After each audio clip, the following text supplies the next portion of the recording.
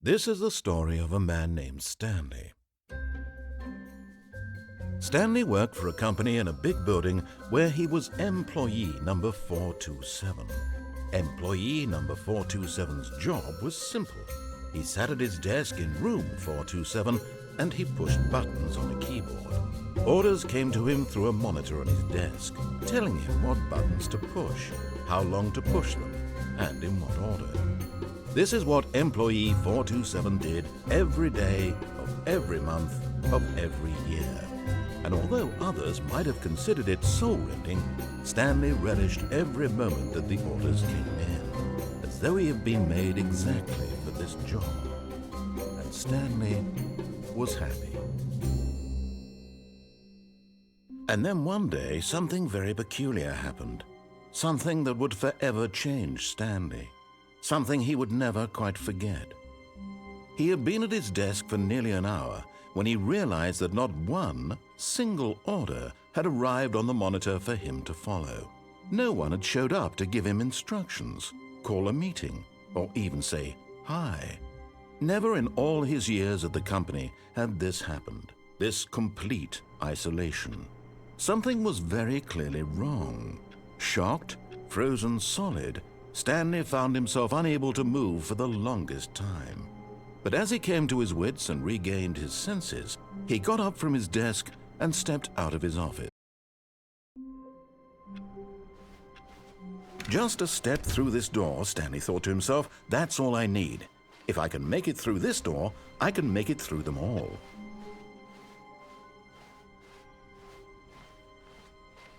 When Stanley came to a set of 2 open doors, he entered the door on his left.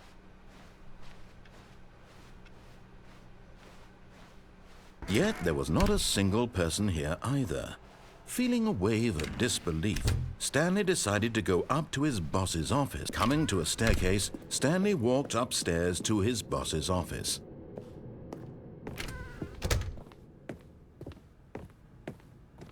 Stepping into his manager's office, Stanley was once again stunned to discover not an indication of any human life.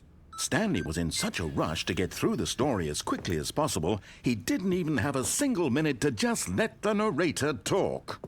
That kind of anxiety isn't healthy, so he relaxed for a few moments with some calming New Age music.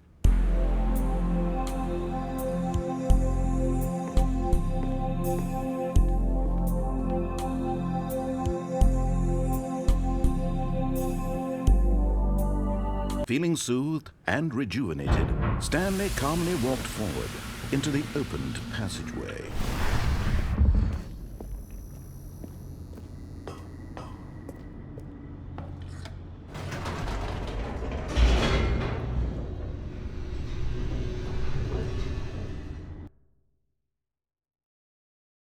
Descending deeper into the building, Stanley realized he felt a bit peculiar.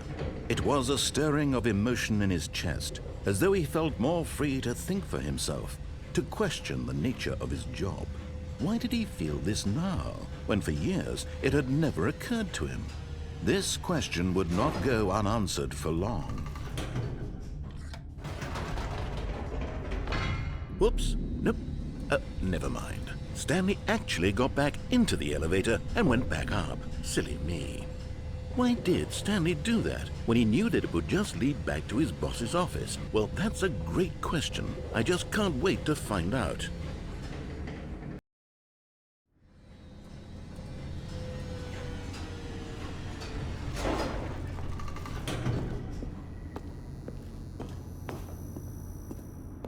Here we are, Stanley. It's your boss's office. Exactly the way it was before you got onto the elevator.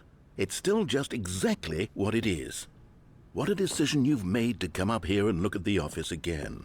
This has fleshed out the plot of the story in new and fascinating ways I could have never anticipated.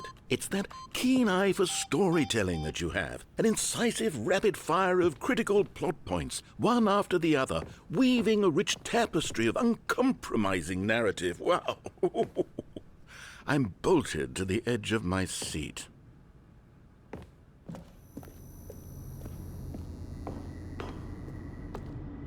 Incredible. Now he's getting back into the elevator and going down again. Ladies and gentlemen, how does he keep coming up with all of this?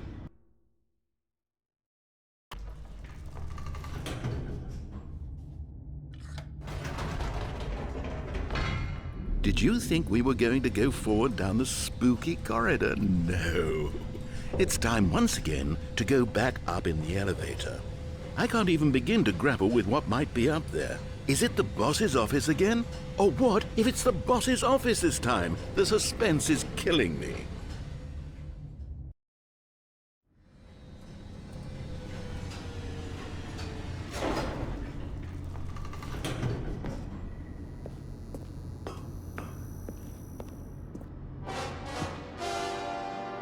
Oh my God, it's the boss's office.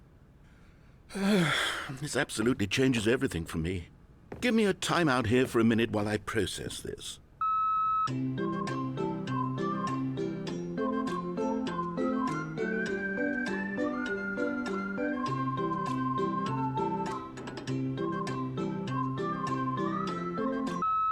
Okay, I'm ready.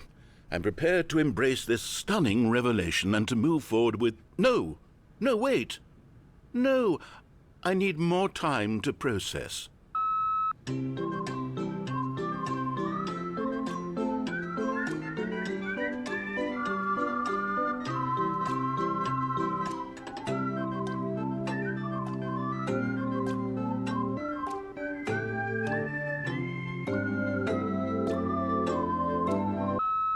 All right, I have fully come to terms with it. I have made space in my worldview for this astonishing new reality. As before, I turn to your expert eye for gripping narrative, Master Stanley. Of course, going back down in the elevator. How did I not anticipate it? I mean, sure, now it's obvious, but you have to understand that 30 seconds ago, this kind of thing had never been attempted before. I had no frame of reference to even anticipate it. That's just how revelatory Stanley's decision-making is, a breath of fresh air in a landscape of storytelling that has grown stale and repetitive.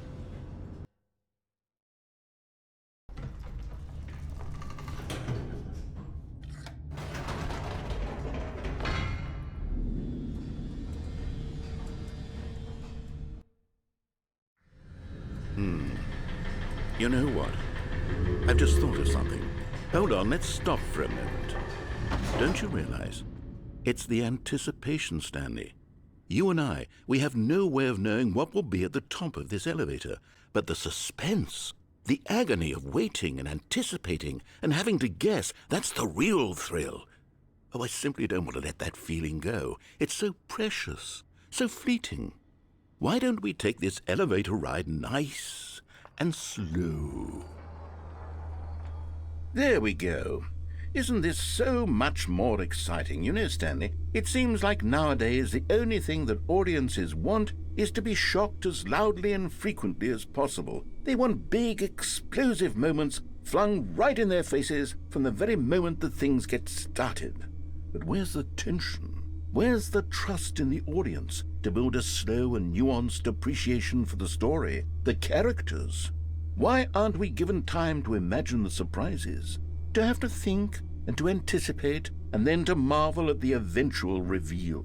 This is storytelling, Stanley. What you and I are doing right now. This is the most exciting narrative to be developed in years, and it's really all because of you. You're the one who took this bold step of revisiting the exact same locations over and over. Truly, I mean it. This is unique and different. It's not like anything else out there. You see, I want stories that surprise me, Stanley. I want to have to think. I want to be engaged and not pandered to. We're being fed such unimaginative drivel all the time, and we all know it, which is why we're so starved for content that makes us feel sharp and vital and alive. That's why people like you so much, Stanley, because you're not afraid to spit in the face of tradition. You're a role model, you know? People look up to you. Which is why, oh, I didn't know when to spring this on you, but, well, I've gathered a little press conference for you so that you can talk about your work and your storytelling and your life. Yes, I know you're not much for the public eye, but I thought it would especially mean a lot to the people who have been following you from the beginning. They really look up to you, Stanley. I don't know if you realize the impact you have on them. This is the kind of gesture that might leave a tremendous impact on them for the better. Oh, good, we're here. Okay, the room where we're holding the press conference should be just around the corner here somewhere.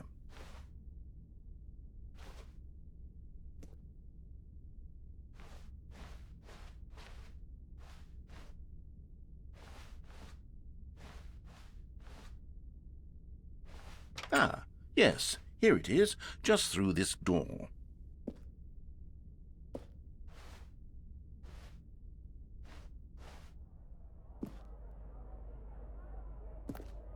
All right, are you ready? I've told them you're going to speak a little bit about the nature of surprise in storytelling and what it means to craft a truly unpredictable narrative. Oh, don't worry, you'll do great. Just be yourself and speak from the heart. I'm really proud of you, Stanley. Okay, it looks like they're ready for you. Go get 'em.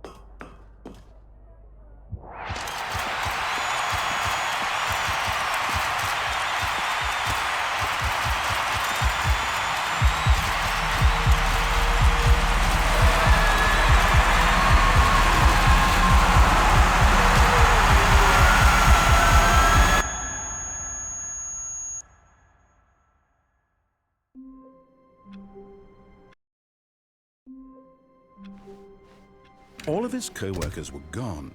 What could it mean? Stanley decided to go to the meeting room. Perhaps he had simply missed a memo.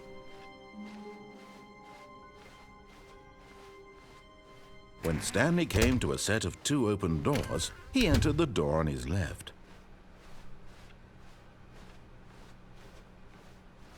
Yet there was not a single person here either.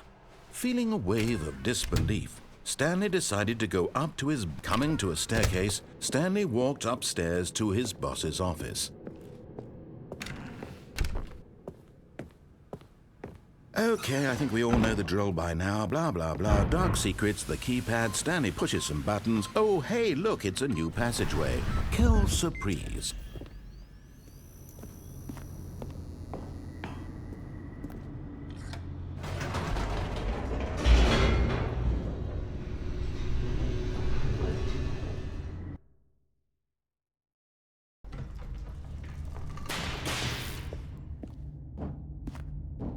Stanley walked straight ahead through the large door that read Mind Control Facility.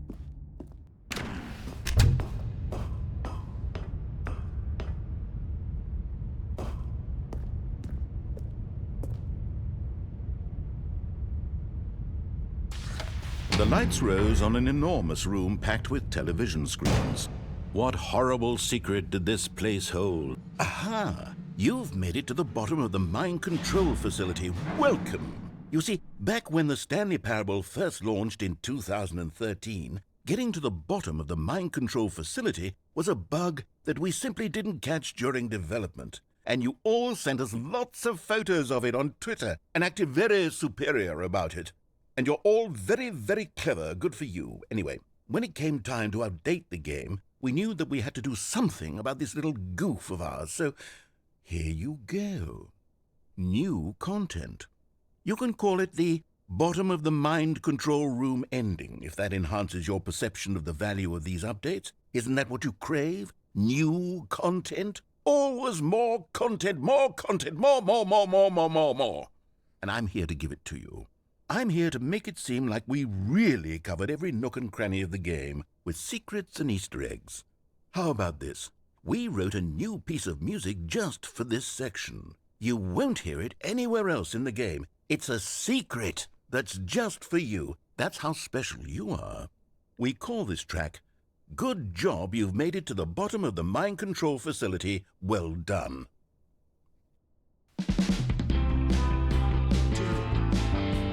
Good job, you did it. Good job. 3, 2, 1. Good job, you made it to the bottom of the mind control facility. You jumped on the catwalk. You should have been careful. You should have been careful.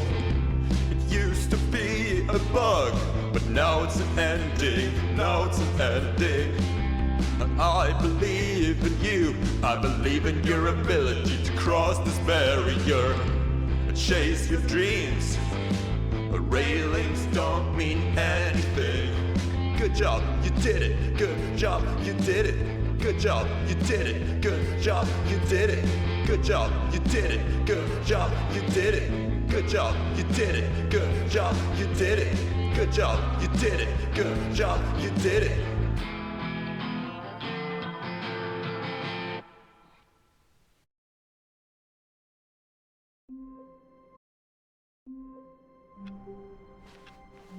Stanley had never seen the office this brightly lit. Was it a sign of something? He hoped it was. He hoped very much that it was.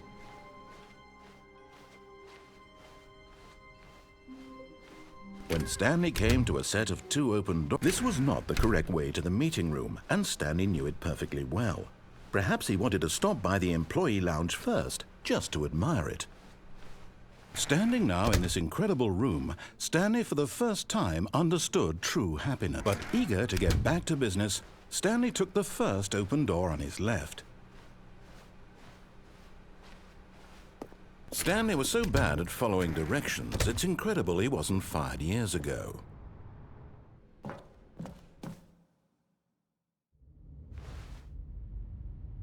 Stanley had now gotten himself so far off the beaten path that it seemed the office had begun so far off the beaten path that it seemed the office had begun so far off the beaten path that it seemed the office had begun so far off the beaten path that it seemed the office had begun so far off the beaten path that it seemed the office had begun. You didn't think I was actually just a recording, did you? What a silly and trite explanation that would be. All the back and forth between you and me, all the absurd adventures we've been through, and it all turns out I'm just a tape recording? It was all just in Stanley's head. I bet that's the kind of twist you think is revelatory. I bet each and every time you watch a movie where it turns out all to be in the main character's imagination, you must absolutely bolt off the couch in pure shock at the phenomenal and intricate storytelling. It must be so simple to be you. Life being an unending waterfall of surprises and delights. How much more exciting you must find the world than the rest of us do. Now I've become sad. Look what you've done to me. This is all your fault. All of his co-workers were gone. What could it mean? Stanley decided to go to the meeting room. Perhaps he had simply missed a memo. Oh, new content? What does that mean, new content?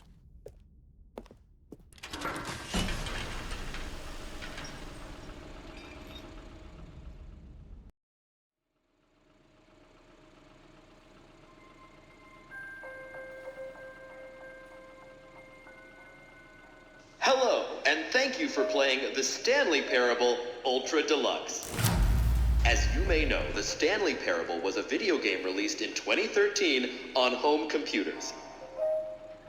After receiving critical and commercial success, it was expanded upon in 2022 with the Stanley Parable Ultra Deluxe, a reimagining of the game for consoles and home computers. The Stanley Parable Ultra Deluxe features exciting new content that broadens and expands the world of the Stanley Parable, delighting audiences the world over. Please, step inside and see what thrilling new adventures await in the Stanley Parable Ultra Deluxe. Oh, well, this sounds delightful. I'm very excited to see the thrilling new Ultra Deluxe content.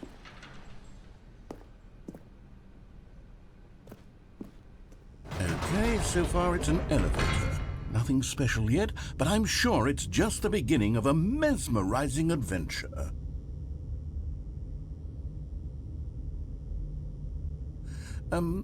Is it broken? What's going on here? Should we be moving somewhere or... Oh, there we go. All right, finally, at long last, it's on to the new content. I've never been more ready. Let's do it.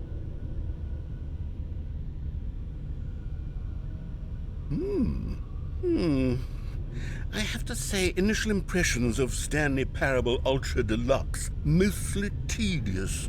It's as if Oh, okay. Let's see the content. Give me the content, Stanley. All right, let's see. It's the jump circle.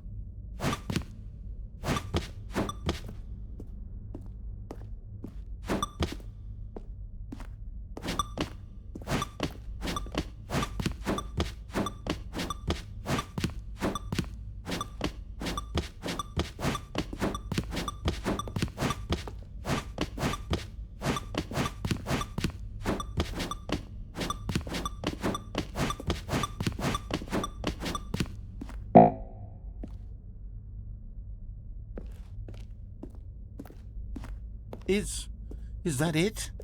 Surely that's not all the new content. There has to be something else, right?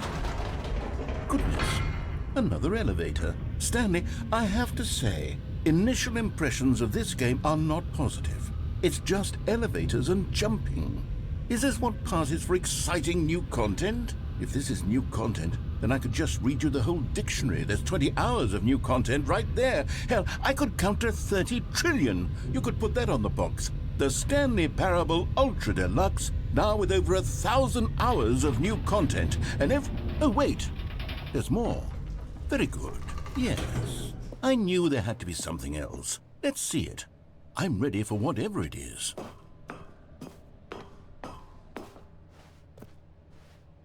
That's it? Oh, you've got to be kidding me. You see, Stanley?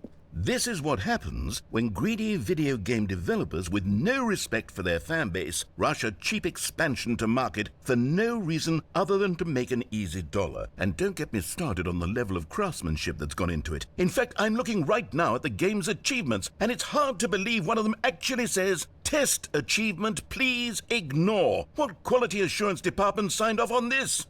I'm infuriated and I'm offended, and I intend to find these people on Twitter and hold them personally accountable. It's my fault, Stanley. I built up too much anticipation around the new content, I'm afraid. It could never have lived up to such expectations.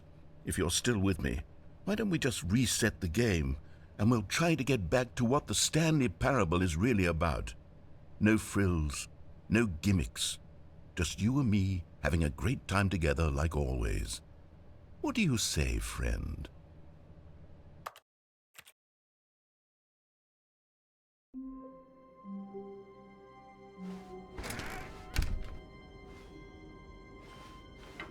Psst! Stanley! Come over here! In the vent! I want to show you something! Oh, you don't want to see the cool surprise I made for you? Well, fine. You're a dork anyway, so who cares? Oh, never mind. You're not a dog.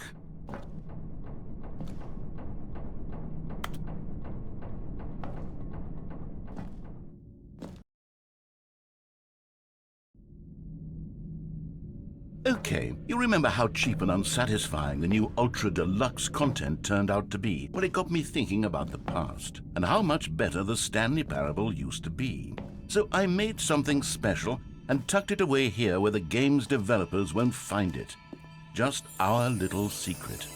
Take a look. I call it the Memory Zone. It's where I've been storing all my favorite memories so I can relive the peak experiences of my life whenever I want. Experiences like the launch of the Stanley Parable on PC. You see, Stanley, doesn't the Memory Zone remind you of how wonderful Stanley Parable was before it was sullied with a cheap re-release? Remember back in October of 2013, when the game originally launched? Back then, video games had integrity. Back then, it all meant something. Oh, the waste.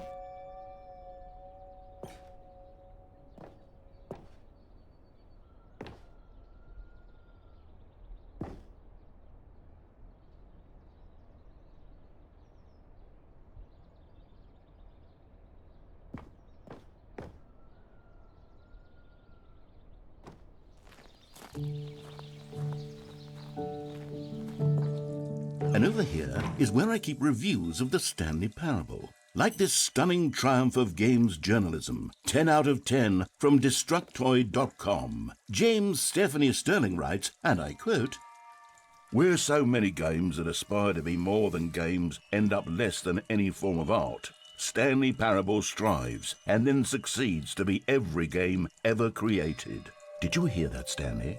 Every game ever created. That's how grand and all-encompassing the original Stanley Parable was. It was literally every game ever created. It was Skyrim, it was Persona 3, it was all of them, and now it's nothing. It's no games at all. It isn't even the Stanley Parable anymore.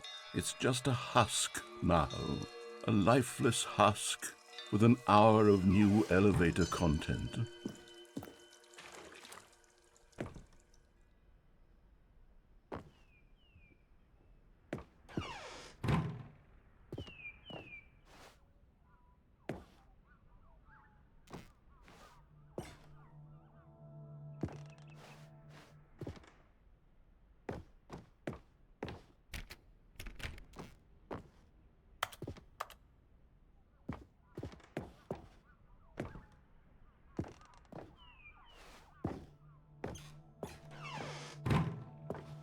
Here's another moving passage, this time from GameSpot.com. The Stanley Parable is both a richly stimulating commentary on the nature of choice in games and one that offers some of the most enjoyable, surprising, and rewarding choices I've ever been confronted with in a game. 9 out of 10. Don't you get it, Stanley? The game was perfect. It didn't need anything else. It didn't need new content. It just needed to be left alone, to spend the rest of time collecting dust in the hallowed hall of beloved video game memories.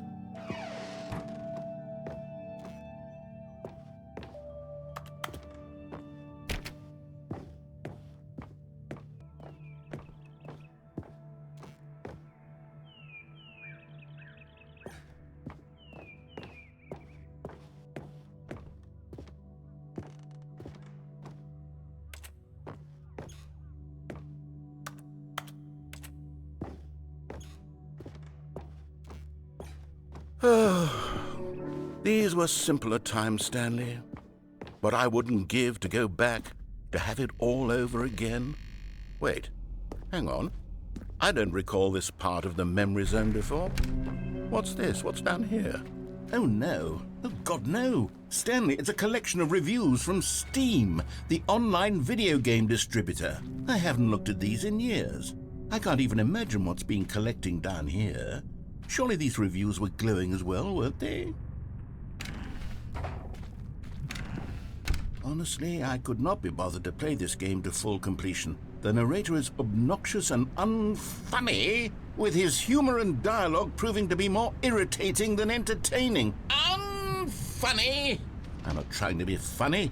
I'm trying to make a serious work of art. I suppose I could write up a handful of gags to insert into the Stanley Parable, but the game is already such a densely layered web of profound philosophical insights that I can't even imagine where I'd have the room to stick them.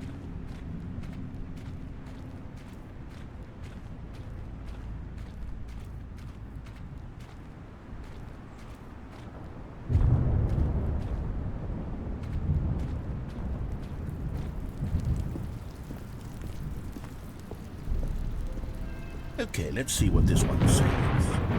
While the idea for the game is good, for someone who prefers non-linear games, this preachiness gets annoying fast. Preachy? Stanley? I'm not preachy, am I? You can tell me if I'm preachy. Honestly, you can. Oh, goodness. This is actually quite shocking for me. Well, to be honest, I had always thought of the game's dialogue as being rather terse to begin with. You can't know how much fluff I cut from the game to get it to feel as light and airy as it... Well, I always thought it did. But maybe it wasn't. Oh dear. What an awful memory to have to hold on to. These black marks on my otherwise unimpeachable track record. I feel like a failure. Like I let these people down. Perhaps the Stanley Parable isn't quite as sterling as I always remembered. What's this one got to say? You constantly have to stop doing anything so the narrator can catch up with his long-winded explanations of what's happening. I wish there was a skip button. A skip button? Well, yes. Yes, I think we can do that. If I'm truly too preachy, then maybe letting you skip ahead for just a moment, surely it couldn't hurt. Not if it means we can strike these negative reviews from the record. Only positive reviews of the Stanley Parable. That's my motto today, and it's always been my motto. I'd do anything for the customer, Stanley. Yes, a skip button we shall have. And here it is. Go ahead and give it... Oh, you're back, you see. You were only frozen in time for a few minutes, but it was plenty of time for me to deliver a long, rambling monologue full of unnecessary verbal flourishes and lengthy ruminations on the nature of choice in video games. Of course, I happen to believe it was perhaps one of my more profound such ruminations. Not that, of course, you... Well, there's sport. You really did catch me rambling on a bit, didn't you? But that's the power of the button. The minute I start to go off on a thoughtless display of self-absorption... Okay, welcome back, Stanley. Now, I should say that the amount of time the button has been skipping through is becoming longer and longer. That last one was, well, I want to say maybe 30, 45... Stanley, please don't push the button again. It's been 12 hours. You've just been frozen there. I don't know why the skips are getting longer, but they're Oh, Stanley, you're back. You're back. Oh, my goodness. I have someone to talk to again. Stanley, I think it's been a week. Or 2 weeks.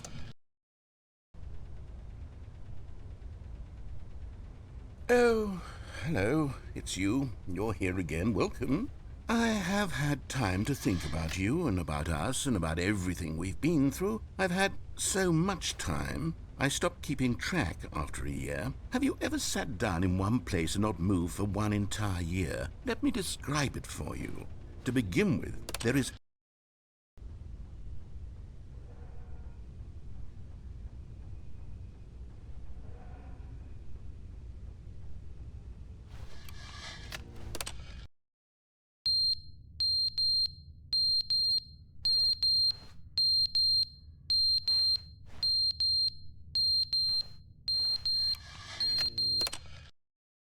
But they didn't understand the game was never meant to be funny. It was meant to have a point. It was meant to speak to the human condition. But where are the jokes? Where are the jokes? They bemoaned, they screamed, they gnashed their teeth and said...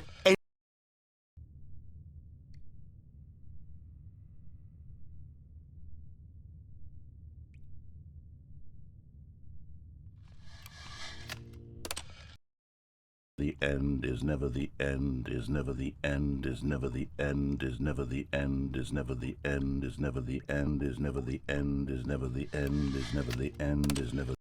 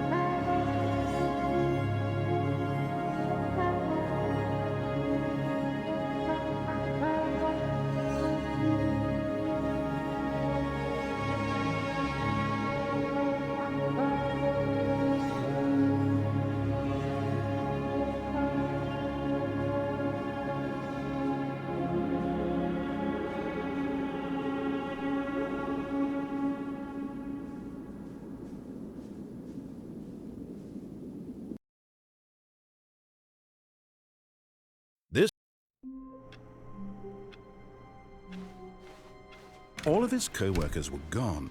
What could it mean? Stanley decided to go to the meeting room. Perhaps he had simply missed a memo.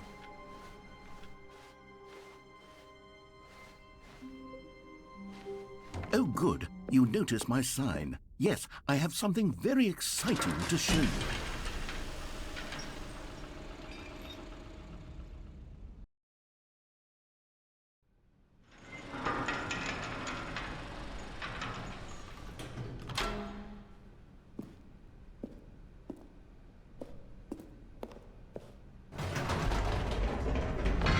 You see, Stanley, I've been reflecting on the Stanley Parable and about how roundly disappointing this ultra deluxe version has turned out to be.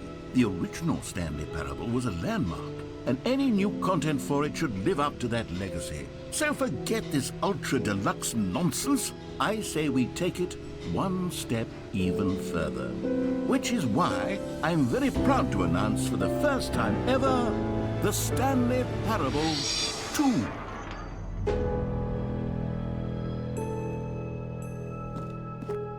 Yes, you see, isn't this far superior to a measly re-release with a few minor additions? Think of all the new territory we'll cover with a fully fledged sequel. An entirely new experience, built from the ground up. Why, there are so many possibilities. It could go in so many different directions. This is what fans have truly been asking for.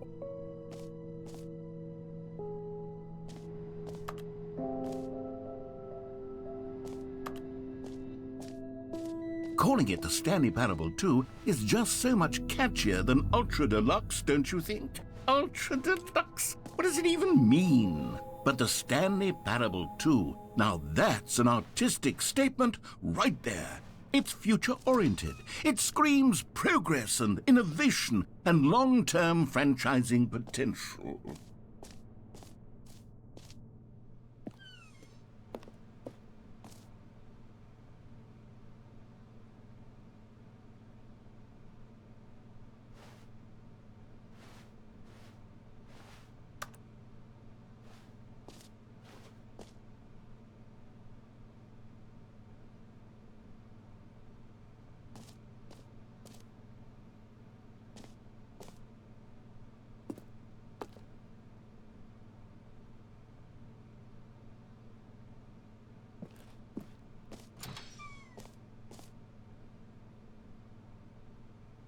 Now, to be clear, I haven't quite nailed down what exactly the Stanley Parable 2 is going to be, but let's take a look at some of the features I've been developing for it. I figure that if I can loosely organize a handful of interesting concepts, that surely the game will sort of naturally spring up around them. It'll all work itself out. Game development is much more of a fuzzy magic than anything scientific or logical, really.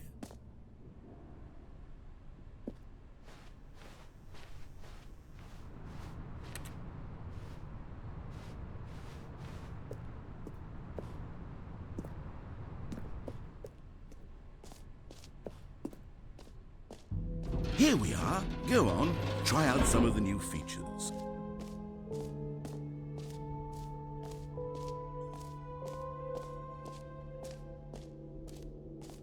For the Stanley Parable 2, I asked myself, what do players really want?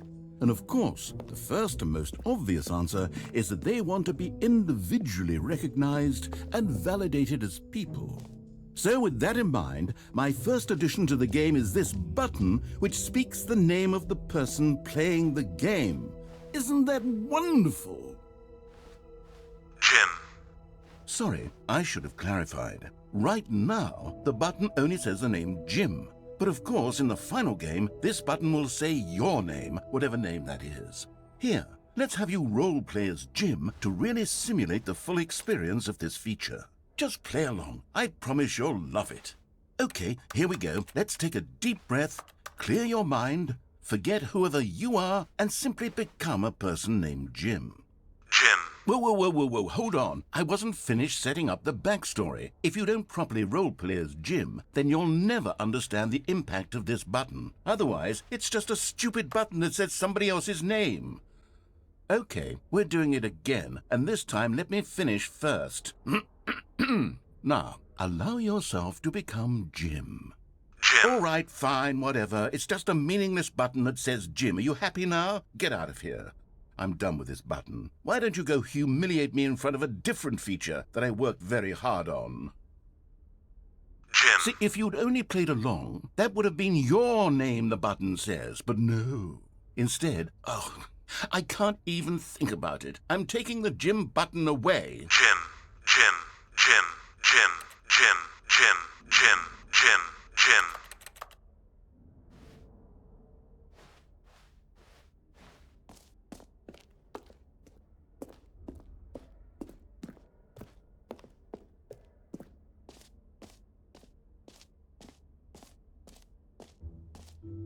Maybe I'll only let people named Jim play the Stanley Parable too. They would appreciate what I've created here.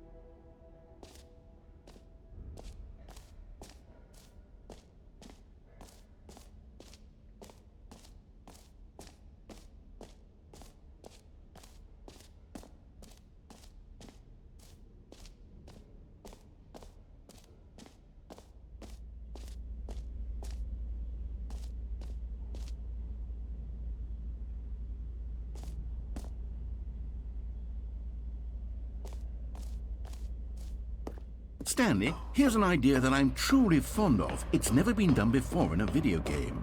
This is, in fact, a hole that you can fall down forever. That's right. Infinite falling. You can fall until the end of time, if you like. A stunning leap forward for video games as a medium. You see, isn't it wonderful?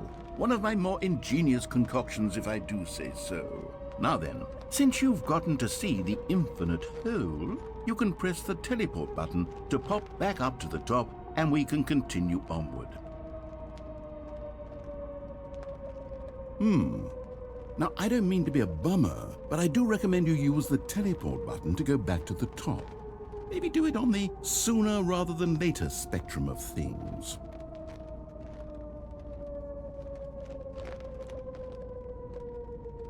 Okay, Stanley, I don't know quite how to say this tactfully, but it's possible that I slightly exaggerated the infinite nature of the hole.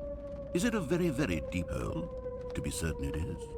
It's an extremely deep hole. I don't want anyone to say that it isn't an astonishingly deep hole. It is. Is it infinite? Well, that sort of depends on your definition of infinity. From one perspective, the infinite is merely philosophical in nature. It's more of a... Okay, well, good for you. You found the bottom of the hole. You found me out, Stanley. I'm a liar and a cheat, and you're so clever. Look, I think the issue here is just that you're unusually fascinated by falling. What normal person actually wants to fall infinitely? I figured the hole was as deep as anyone would actually need. Don't you put this on me. Maybe you're the problem. Look, things got a little heated there. I think we both said some things we didn't mean. Why don't we just put all this behind us and agree to just call the hole mostly infinite? If that works for you, then go ahead and press the teleport button to warp up to the top of the hole and we can move on. I'll just be up here when you're ready. Great. Now, I'm very excited to show you even more of my ideas for the sequel. Oh, for heaven... You see, I was right. The problem is you. The problem is that you like holes too much. Not normal. A normal person would have said, yep, that's an infinite hole right there, goes on forever till the end of time. Don't need to see it all, but not you. Oh, no, no, no, no. You have a weird sort of... Oh.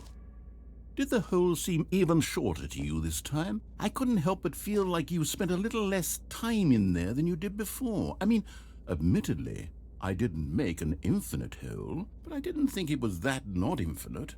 Well, I suppose once again there's nothing to do here. If you decide you've had enough of the hole, you can hit the teleport button and come join me up above. Had enough? I'm positively thrilled. I really do have so much more to show you and to talk about, and I've had enough of the hole for a lifetime. Gosh, how could I have guessed? You're back in the hole. If this starts to become a thing where... Wow, okay, yes. I'm starting to become extremely certain that the hole is not only not infinite, but that it's growing steadily less and less infinite. I suspect that I'm starting to hit the point where it's no longer feasible to call the hole infinitely deep, even by the lax overall standards for accountability in marketing. What's going on here? Stanley, I have no explanation for the uncertain nature of the hole's length. Here, let's try something. Let's pop back up to the top, and we'll see if it gets any shorter. Well, there it is. The shame of my lie has come to haunt me. Not only is the hole not infinite, but it's barely even a hole at this point. It's more of a concavity, or even a very aggressive divot. How is this still appealing to you? I know you're obsessed with holes, but at this depth, I just can't see this scratching the itch. Oh, who am I to judge? You just do whatever it is you're here to do and hit the teleport button when you're ready to move on.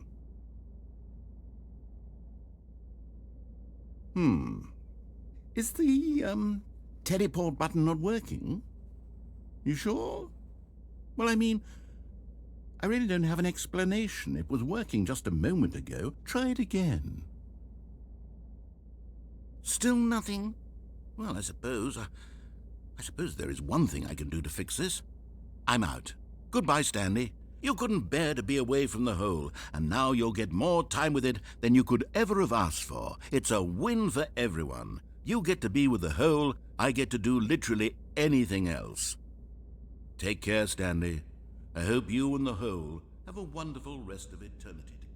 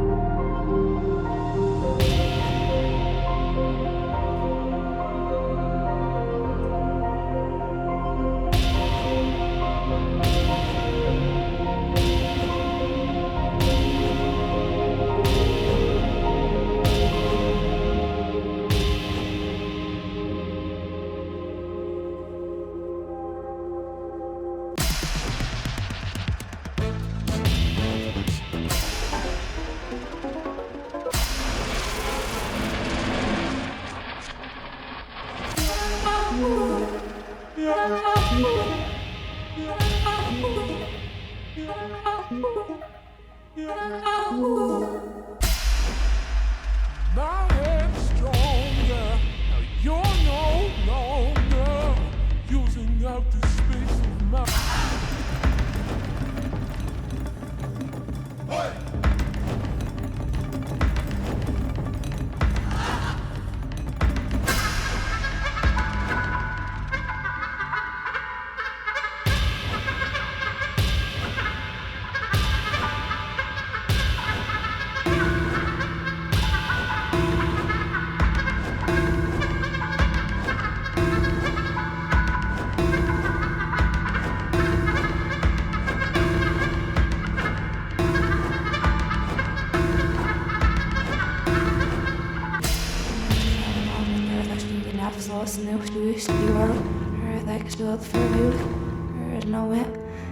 is na mar eerste met in de zulpskikken en as het serpes in de manier veel was er heel en Stanley?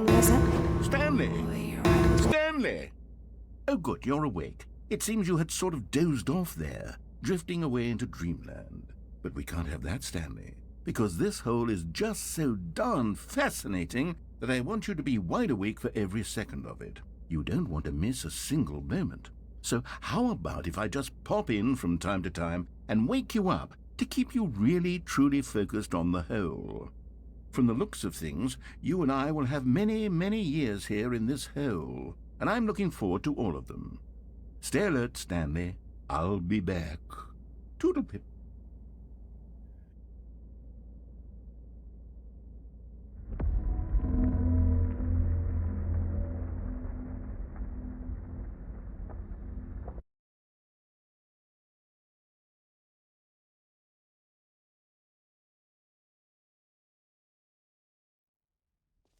Here we are. Go on, try out some of the new features.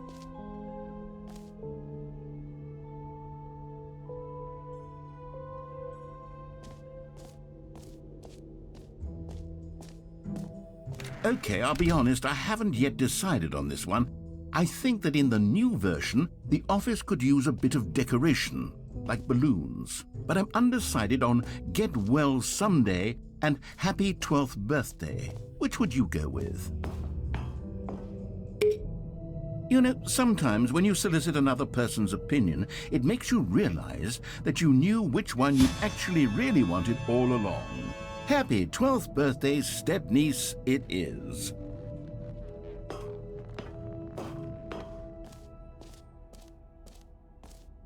Or actually, maybe I should have gone with... No, I've made my decision, we're moving on.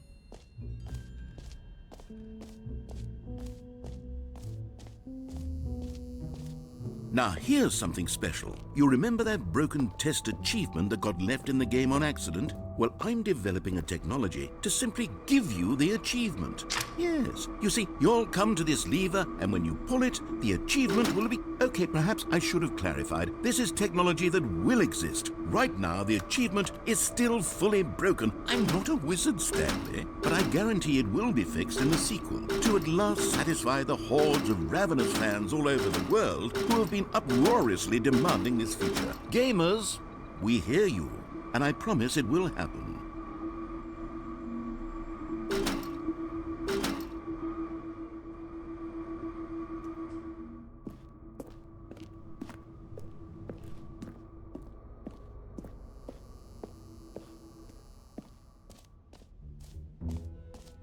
What else? What other exhibits haven't we seen yet?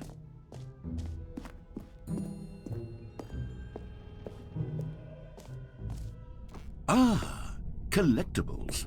Now it's a real video game. In the Stanley Parable 2, you'll run around gathering up these miniature Stanley figurines. And what's truly innovative is that there will be no reward for collecting all of them. I don't want to stifle the intrinsic joy of watching a number go up. You simply collect all of them, and then you move the hell on with your unremarkable life.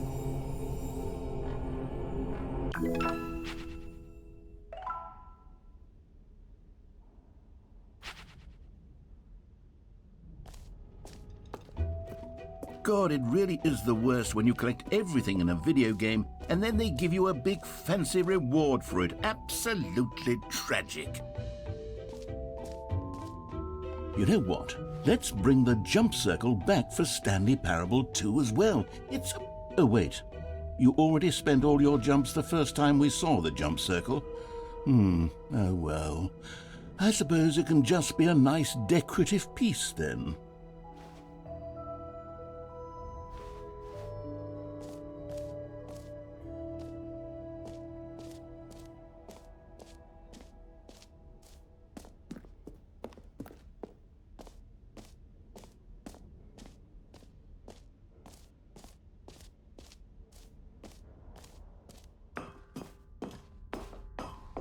An epilogue would be fun, wouldn't it, Stanley? Yes, it would go at the end of the, well, we'll figure that out later.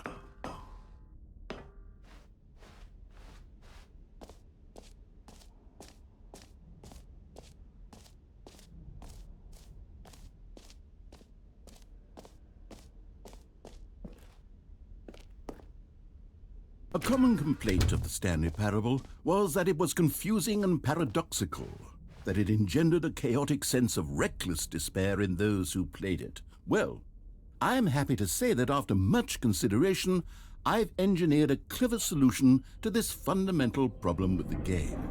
It's the Stanley Parable Reassurance Bucket. You see, Stanley, anytime you're holding the bucket, a sense of calm and ease will fill your mind and your heart. It's true. As long as you hold on to the bucket, the many disorienting contradictions of the Stanley Parable will feel perfectly normal and perhaps even comforting. You may even come to long for the gentle embrace of jarring cognitive dissonance while the bucket is in your arms. And to be honest, it's a much more convenient solution for me than actually redesigning the game to be less uncomfortable. Can you imagine what a pain in the ass that would be? Yes, the bucket is the perfect solution. Come on, give it a try.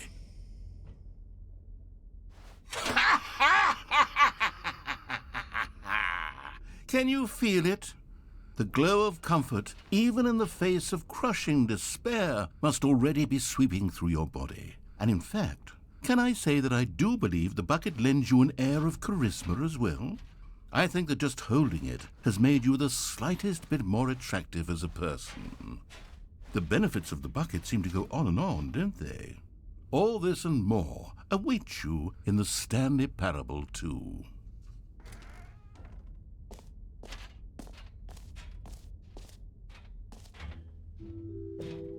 Does anyone give out awards for most enjoyable bucket in a video game? That really should be an award if it isn't already.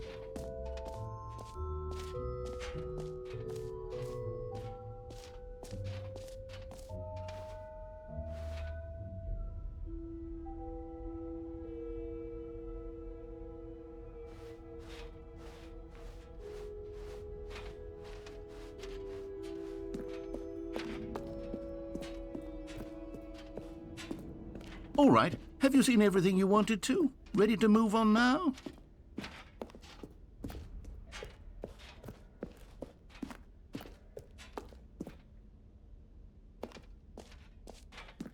So, Stanley, what do you think? Do you like all of the new features? Yes, I know it's not exactly clear yet how exactly these features will come together as one single coherent video game, but I can feel it in my soul.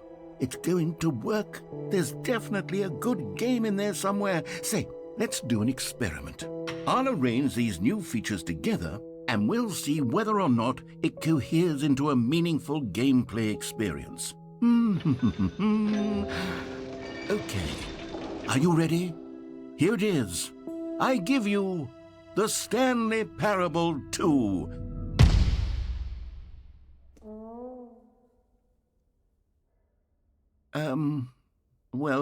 I mean, there's potential here, right? It's sort of... Okay, never mind.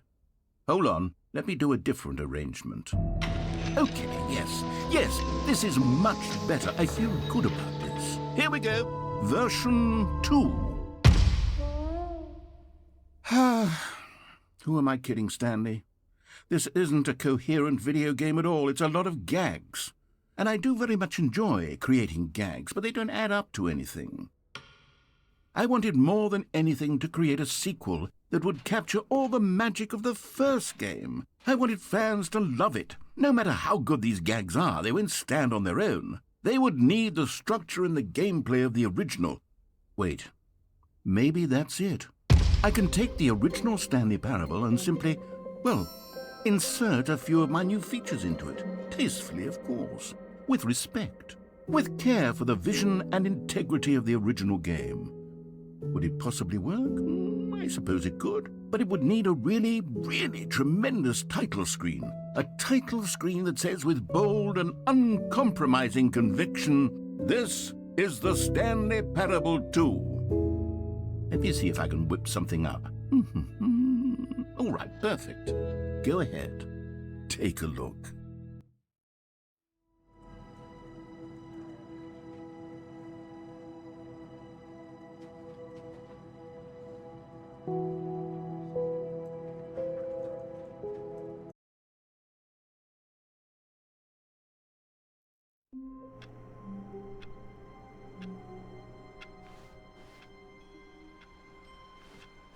All of his co-workers were gone.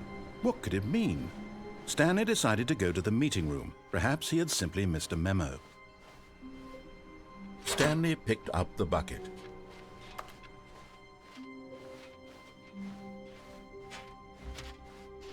Stanley clutched the bucket tightly to his chest and entered the door on his left. This was not the correct way to the meeting room, but Stanley had felt the bucket calling to him, telling him that the employee lounge was simply the place to be. And here it was. Had the bucket turned out to be correct? Was this better than the meeting room? Yes, Stanley thought to himself. Yes, perhaps it truly was. How insightful the bucket turned out to be.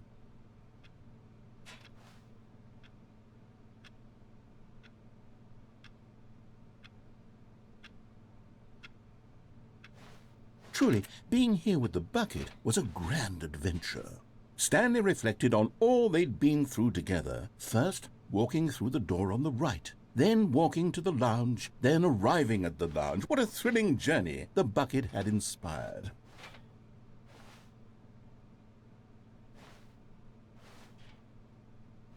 Perhaps this was where the bucket felt most truly at home, here in the employee lounge. Perhaps it's the only place a bucket can even feel at home.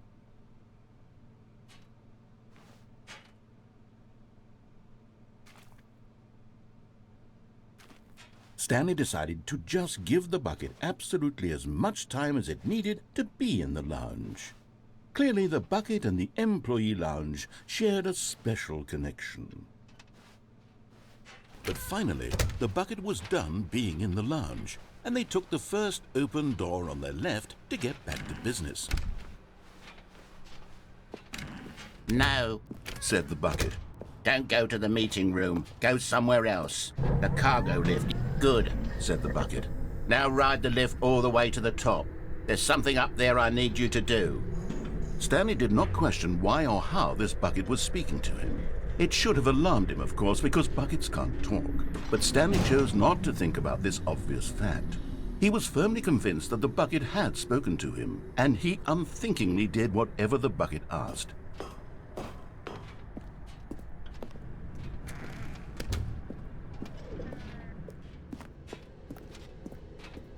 No, stop. Look there on the wall, you see? There's a sign right there. It says, "No buckets past this point." Stanley, how could you think it was okay to bring the bucket here? Unless, what if the problem is that you actually don't know what is a bucket and what isn't a bucket?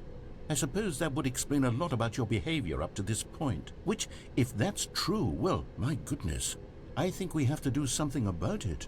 This misunderstanding could have dire consequences on the entire rest of the game if not addressed quickly and properly.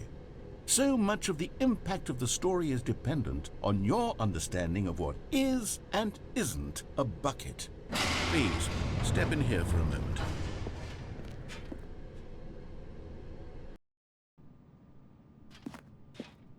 Now then, I'm going to run you through some test scenarios, and you'll tell me whether or not the thing I'm showing you is a bucket. Simple enough, right? This should tell us everything we'll ever need to know about what is or is not a bucket. Okay, let's begin. Item 1. Is this a bucket? Incorrect. It is a hologram of a bucket, not an actual bucket.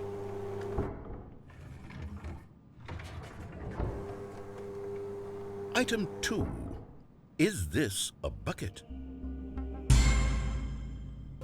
Incorrect. It is a 3D printed recreation of a bucket, not an actual bucket.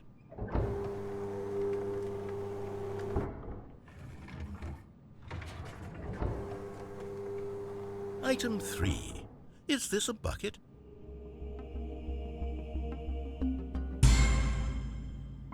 Correct. This is a bucket.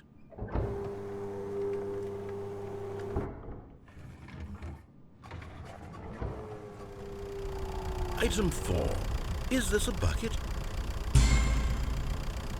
What? Are you hallucinating? This is a tractor. It's an enormous machine that tills the earth. I thought this was a gimmick. How on earth did you manage to screw it up? Absolutely incredible. Let's just move on to the next one.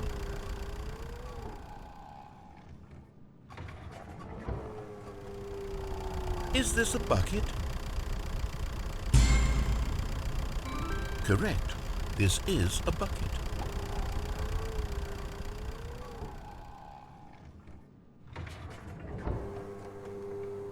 Item 6. Is this a bucket?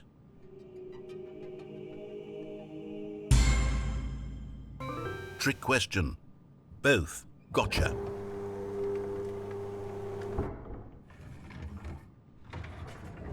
Item... Wait, hold on. I can't find the next one. Let me see. It should be around here somewhere.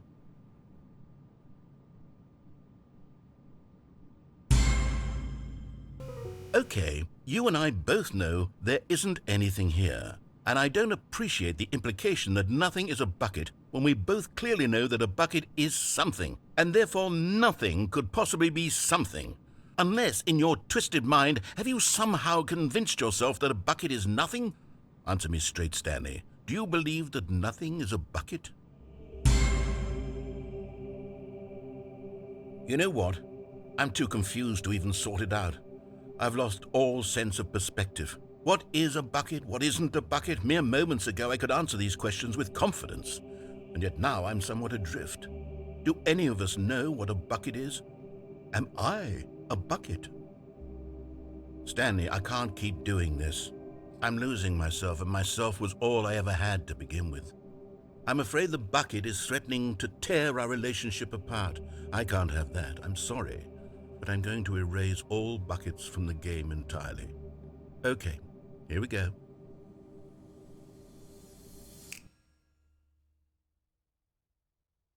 What happened? Is everything gone? Why did everything disappear? Wait, was everything a bucket? Every single thing in the game was a bucket. Oh my God, I had no idea. How could... except me. I'm not a bucket after all. And you, Stanley, you're still here. You're not a bucket either. Oh, this is wonderful news. We're not buckets. Yes, I actually feel much more at ease right now. It's delightful to get some clarity on that issue, but it doesn't change the fact that we haven't got a game. So, tell you what, I'll reset everything and we'll put back all of the buckets, okay? And we'll know that it's all a bucket. But if you run into anyone else, maybe don't mention that. Who knows what that information might do to a person? All right, here we go.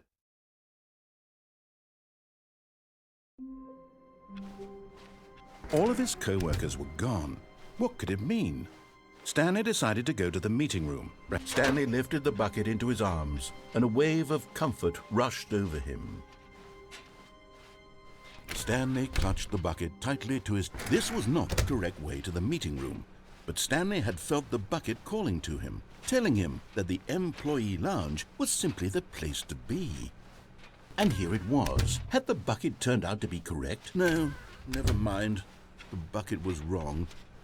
Stanley took the door on his left to go back to... And so the two of them detoured through the maintenance section and walked straight ahead to the opposite door.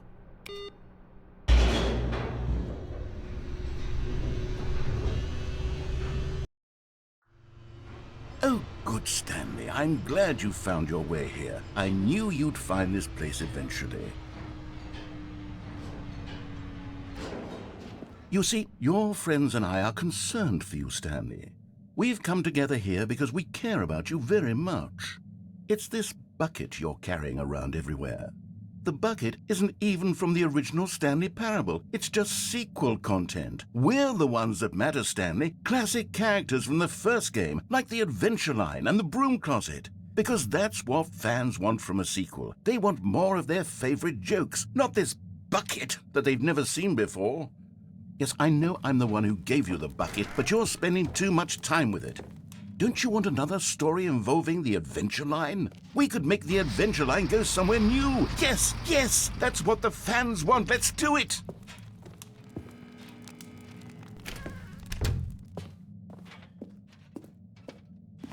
Whee! Look at that wacky line. Who knows where it'll go off to next? Oh, and it played some silly music as well.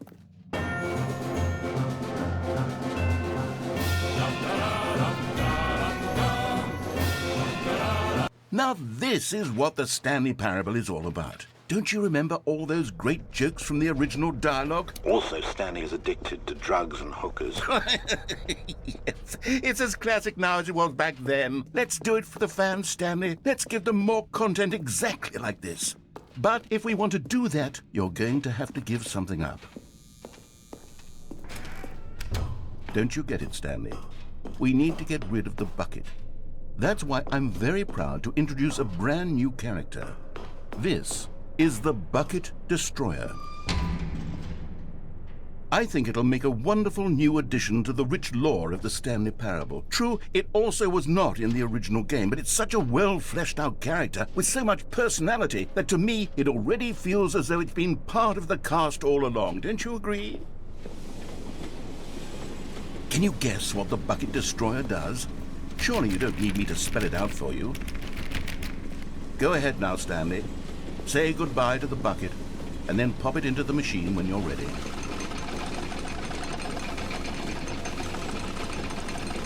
Now listen to me. It's crucial that you give it the bucket. I don't know what the Bucket Destroyer will do if it can't destroy your bucket. Destroying buckets is all it knows. That is its singular personality trait. Sure, I can hear you saying, how does a character with only one personality trait deserve to join the pantheon of beloved Stanley Parable characters? Well, you see, if you were to really explore the Bucket Destroyer, you would see that its desire to crush buckets is so densely loaded with complexity and nuance that it's really like 10 personality traits. What other object in this game can you even say that about? The Broom Closet? Certainly not. I wonder what sort of Bucket Destroyer merchandise the fans will be clamoring for after this. Okay, the Bucket Destroyer is getting very upset now. You'll have to hurry and feed it. We can't get back to the classic Stanley Parable characters like the Adventure Line or the Bucket Destroyer until you crush that damn bucket. Quickly now, the fans are waiting. Do it, the fans, Stanley. Give the fans what they want. Hurry and...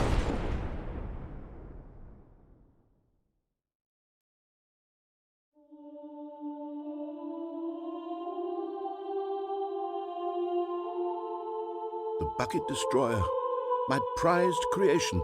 You had so much potential. We were going to do such marvelous things with you, tell such spell-binding stories about you. All of it squandered now. Goodbye, new friend. For the moment in time that you were here, you were magnificent.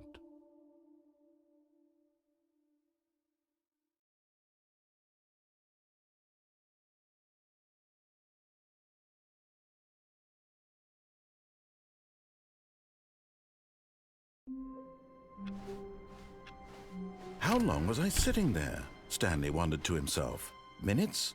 Days? Centuries? Did something crucial happen while my senses were turned? He made a note to be more careful with time from now on. The confusion and the chaos all seemed to melt away as Stanley embraced the bucket. Stanley clutched the bucket tightly to his chest and entered the door on his left.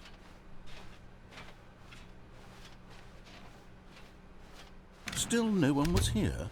Stanley needed the bucket's warmth and comfort now more than ever. Perhaps his boss's office was where he'd find answers.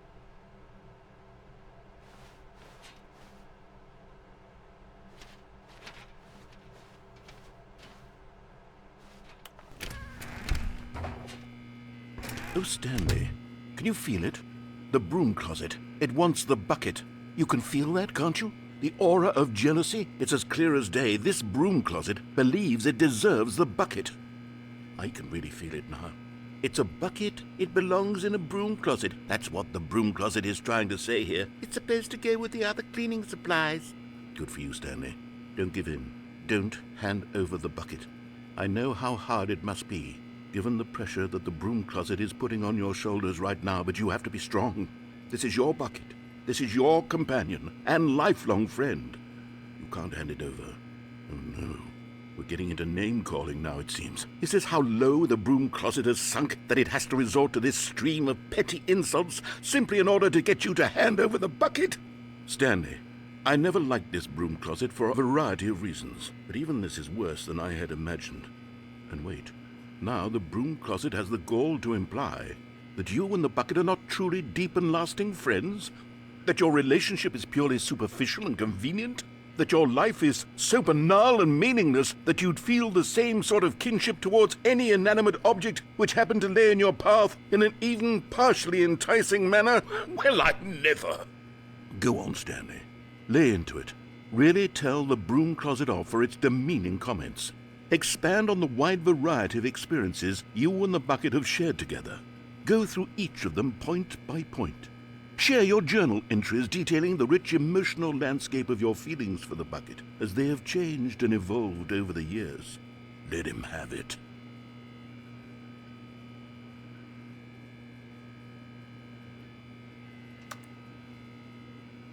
Okay, I've got you something which I think will help settle this debate once and for all.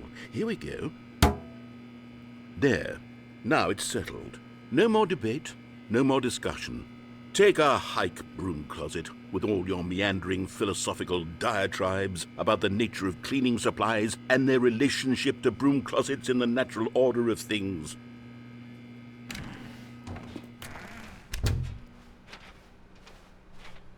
All right, I've got a second sticker back here, and I'm going to slap it on as well because I think it's appropriate.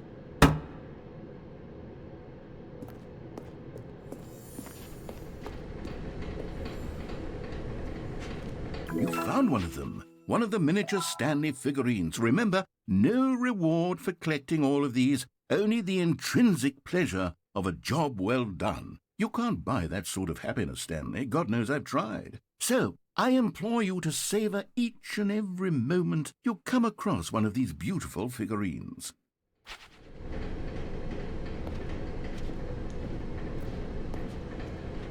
But Stanley just couldn't do it. He considered the possibility of facing his boss, admitting he had left his post during work hours. He might be fined for that. And in such a competitive economy, why had he taken that risk? All because he believed everyone had vanished? His boss would think he was crazy. And then something occurred to Stanley. Maybe, he thought to himself, maybe I am crazy.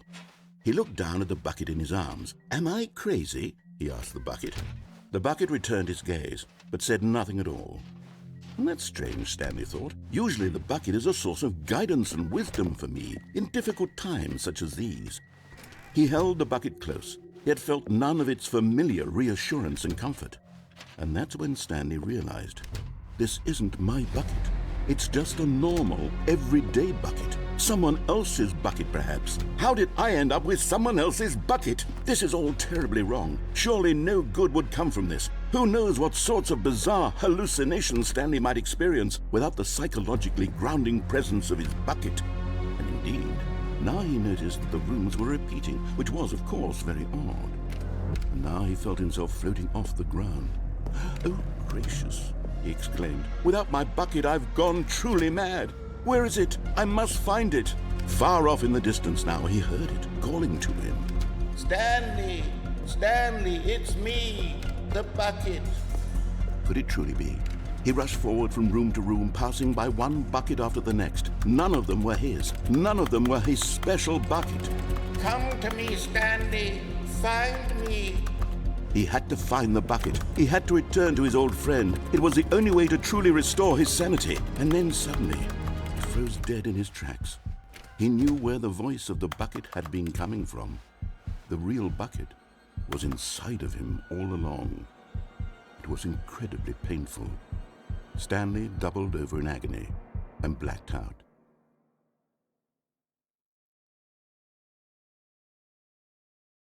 This is the story of a woman named Mariella. Mariella woke up on a day like any other. She arose, got dressed, picked up her bucket of comfort and security, and walked to her place of work. But on this particular day, her walk was interrupted by the body of a man who had stumbled through town, talking and screaming to himself, and then collapsed dead on the sidewalk. Right away, she knew what the problem was. This man had no bucket.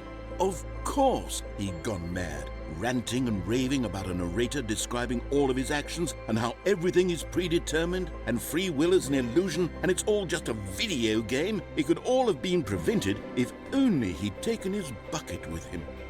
Perhaps he didn't even realize he'd forgotten his bucket at home in the first place. How cruel the world can be, Mariella thought, and she hugged her own bucket even tighter. But of course, she had no time for this. There were a myriad of confusing problems she would soon have to confront at work, for which her bucket would provide absolute guidance and total clarity on everything. Heck yes, she thought to herself, my life kicks ass. And she backflipped all the way to work.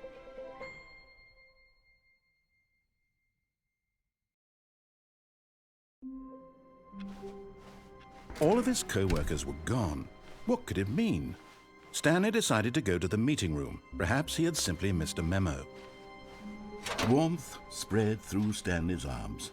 With the bucket in his arms again, he was home. Stanley clutched the bucket tightly to his chest and entered the door on his left.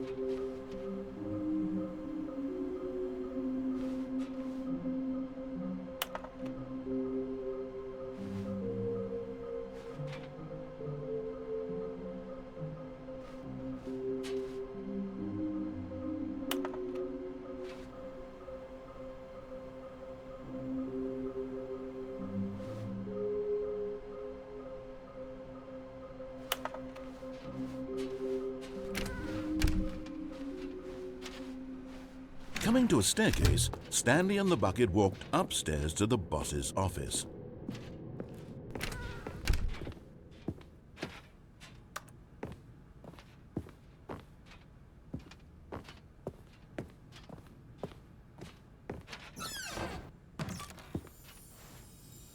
Another miniature Stanley figurine. This, there really must be a snappier name for these things. What about mini-stands? Stanley figs.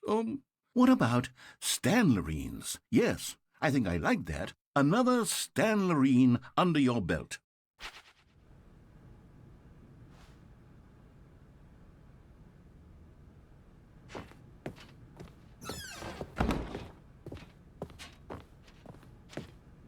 Stepping into his manager's office, Stanley was once again stunned to discover not an indication of any human life.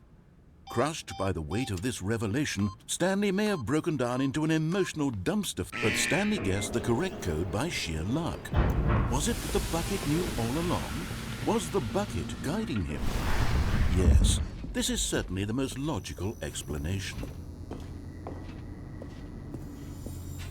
Okay, I'm going back to the name of these little Stanley figurines, and now I'm torn between Stanlerines and Figlies. What do you think, Stanley?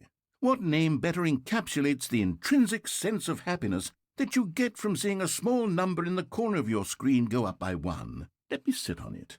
I'm sure it will come to me.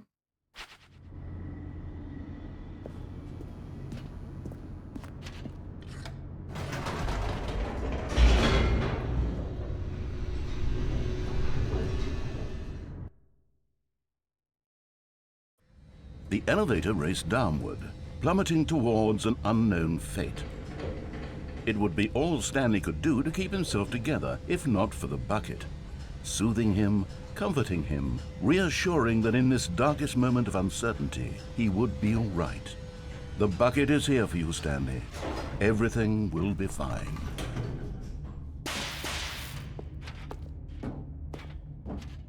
Stanley and the bucket walked straight ahead through the large door that read, Mind Control Facility.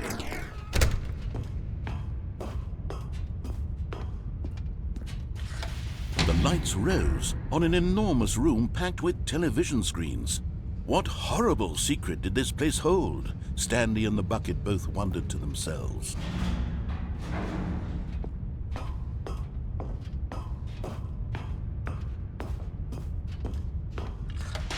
The monitors jumped to life, and Stanley nearly dropped the bucket in shock. Everyone in the office was being videotaped, monitored like guinea pigs. The bucket had never seen anything like this, and it very nearly burst into tears as Stanley cradled it gently, reassuring it that everything would be fine.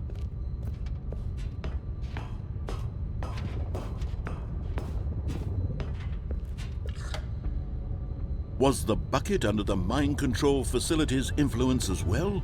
Had the bucket been told to do things it didn't wish to do? What kinds of things does a bucket want to do or not want to do in the first place? These questions raced furiously in Stanley's feeble mind. No! He screamed into the bucket. He couldn't accept it.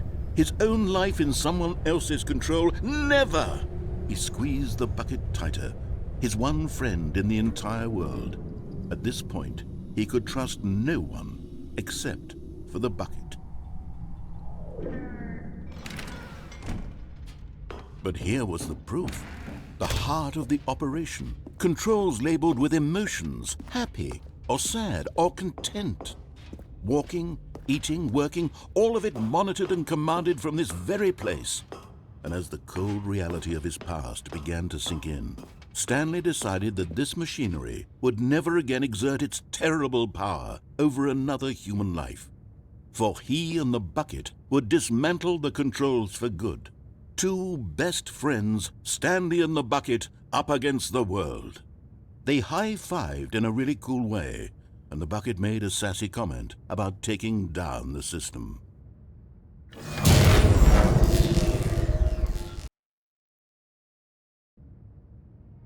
Stanley and the bucket waited in blackness. Was it over? Yes, they had done it. Stanley and the bucket had defeated their greatest and darkest enemy, freed themselves from the tyrannical grip of the evil mind control machine. Freedom was now mere moments away. Excitedly, the two of them began to discuss the kind of life they wanted to live once they stepped through this massive door. The bucket wanted to learn to roller skate. Stanley wanted to sneeze in every country on Earth. Both of them wanted to begin watching a movie, any movie, but then stop it halfway through and begin watching it in reverse from the end. True, it was a simple life they envisioned, but it was one they'd lived together, with one another to lean on, to trust, to support, and... What? Wait. What was happening? Why had the door stopped? Was Stanley and the bucket not about to be freed? An unbearable silence filled the room, lingering in uncertainty, until finally the truth hit Stanley square in the face. This building did not want the bucket to leave. Even the facility itself recognized the incredible calming presence of the bucket, needed the soothing warmth of the bucket, would go to any lengths not to part with the bucket. No. Stanley can't leave this place, not while he has such a precious bucket in his arms, not while this building has anything to say about it. Stanley realized he would never again leave this very room, but at least he has the bucket. To be trapped eternally in darkness isn't really so bad, Stanley thought to himself. As long as I have my bucket with me, right? I'll be okay, won't I? Stanley gulped. Very soon now, he was about to find out.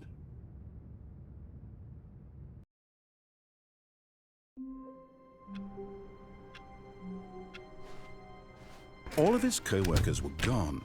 What could it mean? Stanley decided to go to the meeting room. Perhaps he had simply missed a memo.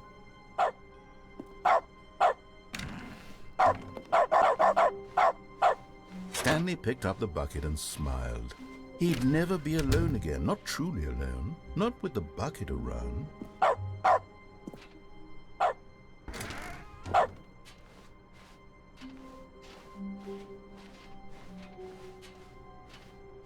Stanley clutched the bucket tightly to his chest and entered the door on his left.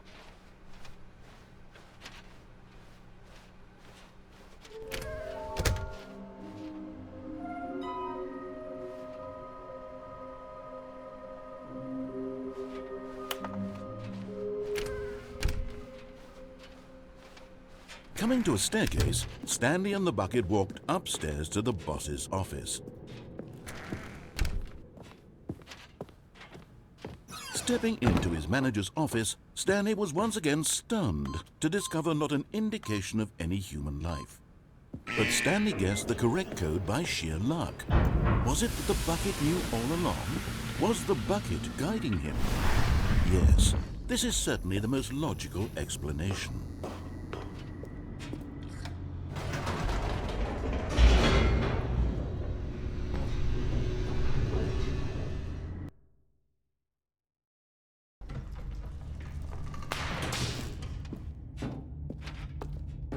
Stanley and the bucket walked straight ahead through the large door that read, Mind Control Facility.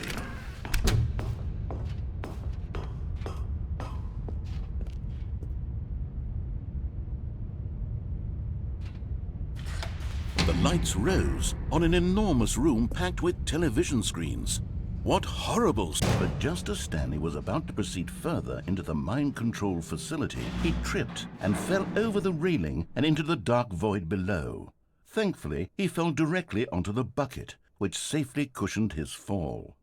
Now, what to do next? Stanley wondered. Stanley and the bucket could find no way out of this enormous pit, and so eventually they decided that the best thing to do would be to simply get comfortable down here. So they set up a little couch and relaxed. It really wasn't so bad down here, a bit cold perhaps. After some time had gone by, they installed a few shelves as well, and a sort of kitchenette that was useful for when the bucket was craving paninis. But it wasn't until the rugs and the standing lamps came in that it really started to feel like a home. In fact, after some time, Stanley realized that it had been ages since he had even thought of the mind control facility at all. He'd never gotten to fully explore what was up there, never been able to unearth the many mysteries of the mind control facility. This lack of closure began to eat at him. Soon he was dwelling on his regrets, and the state of their home slowly decayed as Stanley became withdrawn and neglected the cleaning. It unsettled the bucket deeply. Stanley wasn't usually like this. The bucket tried to reach out to him again and again, but to no avail. All Stanley could think about, all he could talk about, was going back, doing it over again, staying on the path. It was a mistake to leave the path. It was a mistake. It was a mistake. I need to do what the narrator says. I need to see the true ending.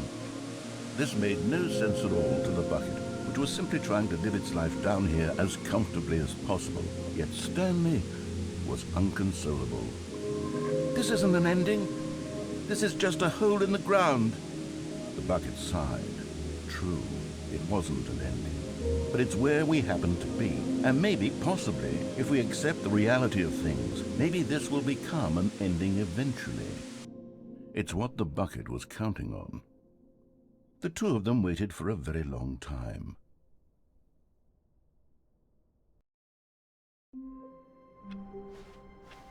How wonderful.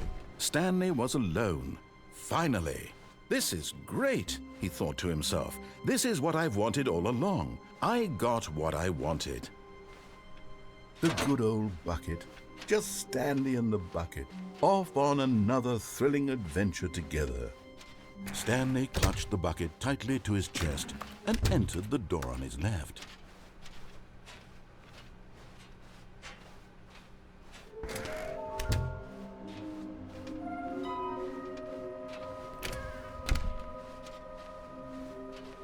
Coming to a staircase, Stanley and the bucket walked upstairs to the boss's office.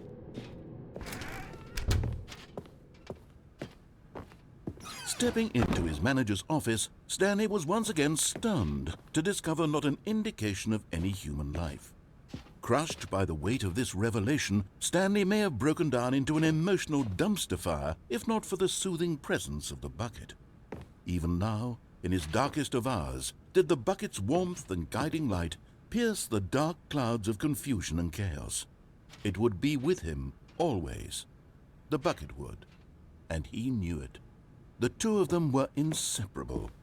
At this point, Stanley was so absorbed in the tender spiritual connection he shared with the bucket that he didn't notice the keypad behind the boss's desk. Nor in his bliss of simply being near the bucket did he have any notion that the PIN number for the keypad was 2845. But Stanley guessed the correct code by sheer luck. Was it that the bucket knew all along? Was the bucket guiding him?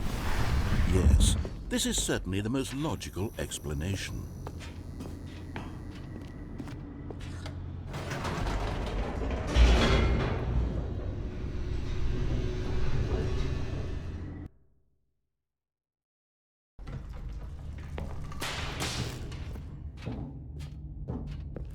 Stanley and the bucket walked straight ahead through the large door that read, Mind Control Facility.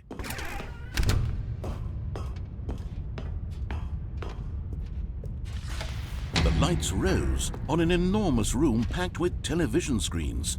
What horrible secret did this place hold? Stanley and the bucket both wondered to themselves.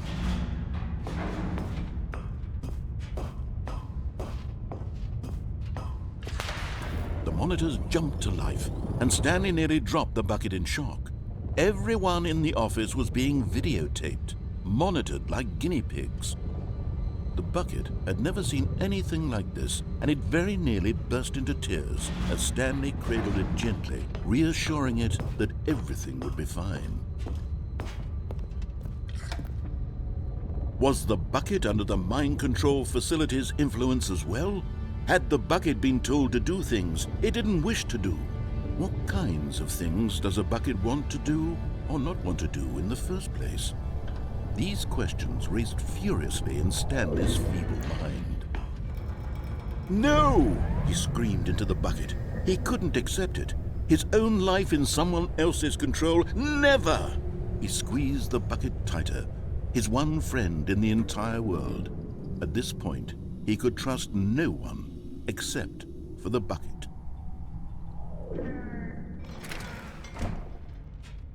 But here was the proof. The heart of the operation. Controls labeled with emotions, happy or sad or content. Walking, eating, working, all of it monitored and commanded from this very place. And as the cold reality of his past began to sink in, Stanley decided that this machine... But at the last second, the bucket jumped in and pressed the button to turn on the controls. Stanley gasped in horror. Had this been the bucket's plan all along? To take over the machine and claim the power for itself? How could the bucket have betrayed him like this? Stanley was prepared to throw the bucket away in disgust when suddenly an image appeared upon the enormous screen. Birds. Silly birds. The control buttons became active again.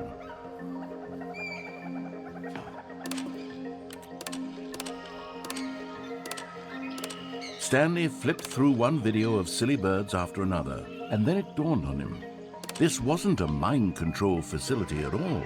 It was a facility for monitoring and surveilling silly birds all over the world. The mind controls were only a facade to disguise its true intentions. Had the bucket known this all along? Stanley marveled at the metal genius in his hands, the one who had pointed him towards this incredible discovery. Stanley and the bucket never found freedom because they spent the rest of their lives here in this place, flipping through live streams of the silliest birds imaginable. Of all the possible paths his life could have taken, this one was surely the best. And Stanley was happy.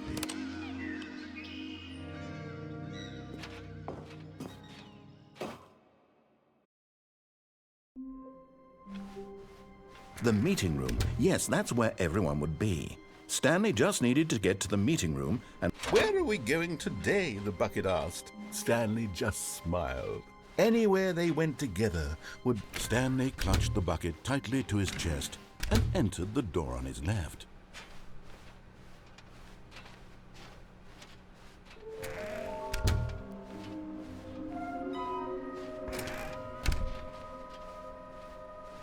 Coming to a staircase, Stanley and the bucket walked upstairs to the boss's office.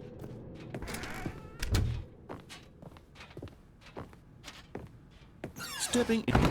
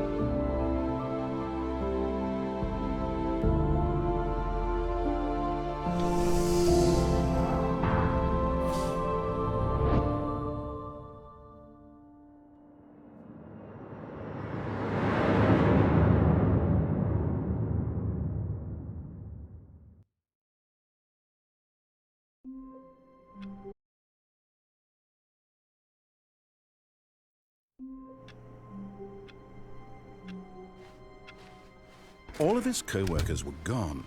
What could it mean? Stanley decided to go to the meeting room. Perhaps a good bucket, a strong bucket, a humble bucket, a committed bucket, a bucket of culture and distinction. Stanley clutched the bucket tightly to his chest and entered the door on his left.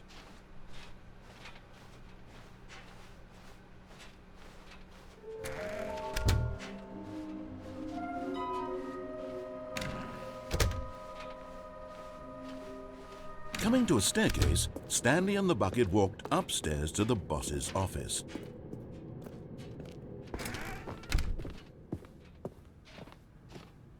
Stepping into his manager's office, Stanley was once again stunned to discover not an indication of any human life. Crushed by the weight of this revelation, Stanley may have broken down into an emotional dumpster fire if not for the soothing presence of the bucket. Even now, in his darkest of hours, did the bucket's warmth and guiding light pierce the dark clouds of confusion and chaos. It would be with him always. The bucket would, and he knew it. The two of them were inseparable. At this point, Stanley was so absorbed in the tender spiritual connection he shared with the bucket that he didn't notice the keypad behind the boss's desk. Nor in his bliss of simply being near the bucket did he have any notion that the PIN number for the keypad was 2845.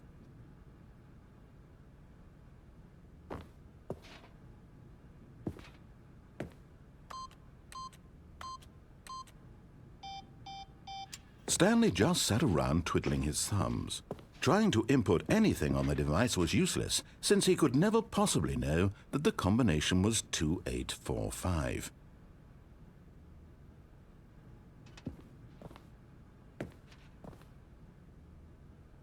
2845.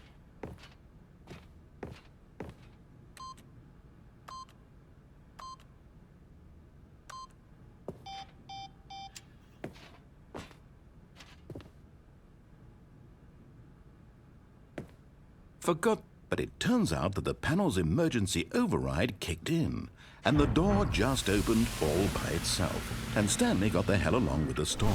Well, whoop-de-doo.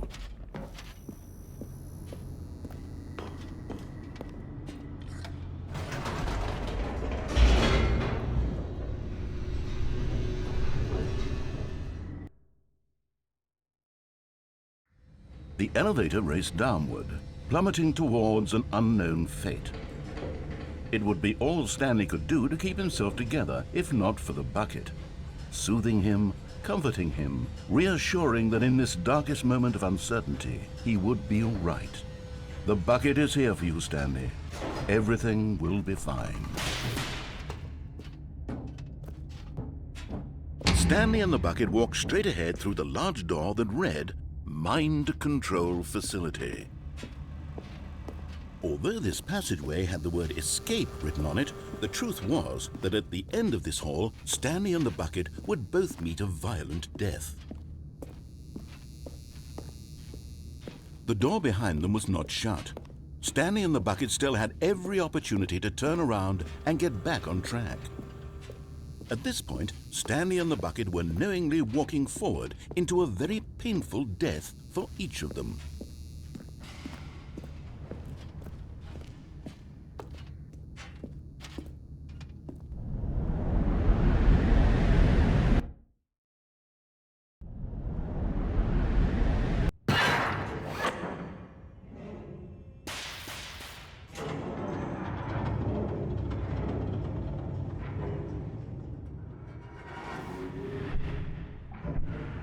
As the machine whirred into motion and Stanley and the bucket inched closer to their demise, Stanley reflected on how meaningless the bucket's warmth and comfort had turned out to be. To be sure, it puts the mind and the soul at ease to embrace the bucket, but what use is a sense of ease when you're about to be crushed to death? This is what Stanley thought to himself, and he sort of kicked himself for wasting so much time carrying a bucket everywhere. Farewell, Stanley.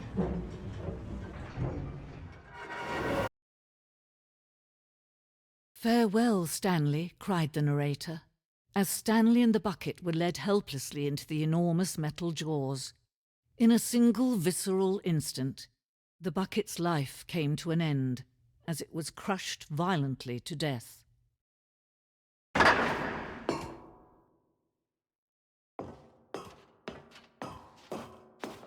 It was a shame, the death of such a magnificent bucket. It's true that all buckets are radiant in their own way, but this one stood above the rest. It was a glorious bucket to behold.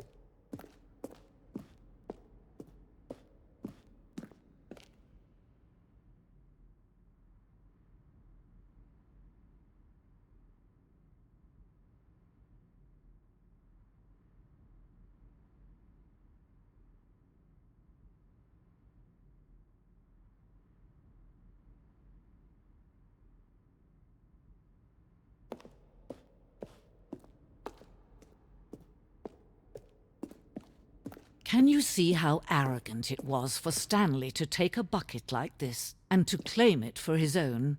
Can you see the hubris that blinded him? Can you see that the bucket is far more noble than Stanley will ever be in his short life?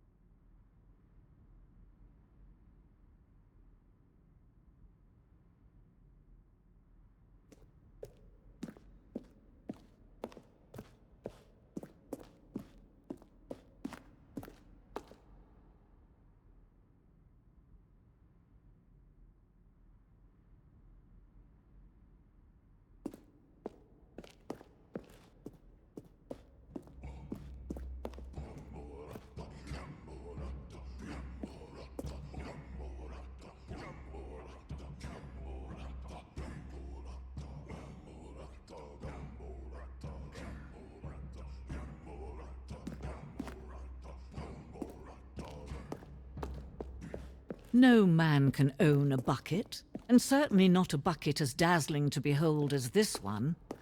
It is man who should kneel before the bucket.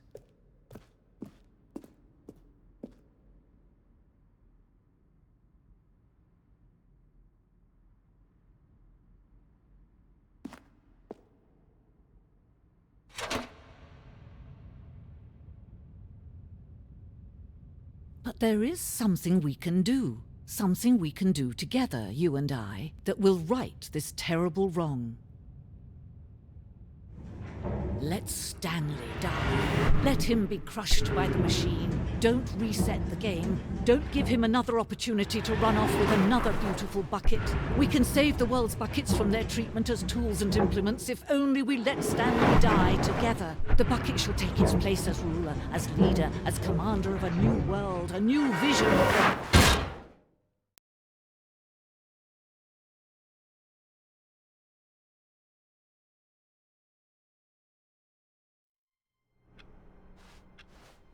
All of his co-workers were gone. What could it mean? Stanley decided to go to the meeting room. Perhaps he... the embrace of an old friend. A weathered companionship that stands the test of time. Stanley clutched the bucket tightly to his chest and entered the door on his left.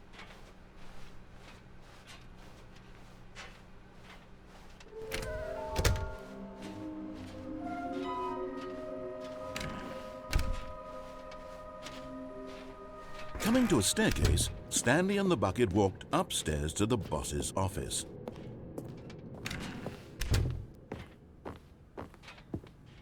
Stepping into his manager's office, Stanley was once again stunned to discover not an indication of any human life. But Stanley guessed the correct code by sheer luck.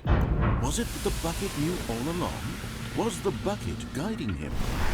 Yes, this is certainly the most logical explanation.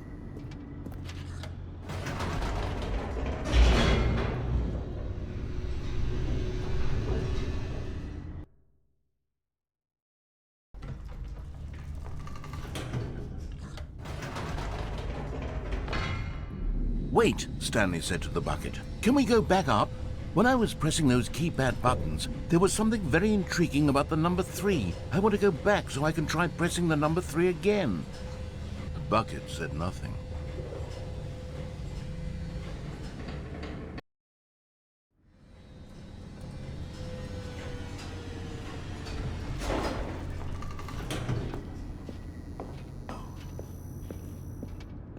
Here we are, said Stanley. Now I'm going to try out that number 3 button. He took the bucket over to the keypad and began absolutely slamming on the number 3 over... Wow, he said. The number 3 is such a special button. I'm having the time of my life. Stanley looked expectantly at the bucket, but the bucket remained silent. This was a shock to Stanley, who had always felt such a connection with the bucket. How was this not as exciting to the bucket as it was to him? Once Stanley had had enough of the number 3, he got back in the elevator.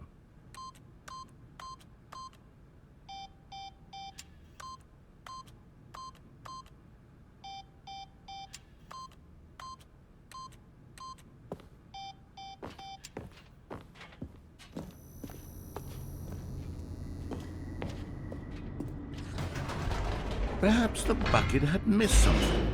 Perhaps it had not seen how much joy Stanley got from slamming the number 3 repeatedly.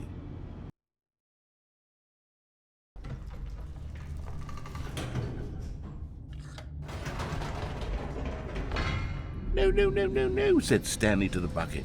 You can't go on yet. Not till you understand how much the number 3 means to me. You and I have been through so much together, and I just want you to see what I see.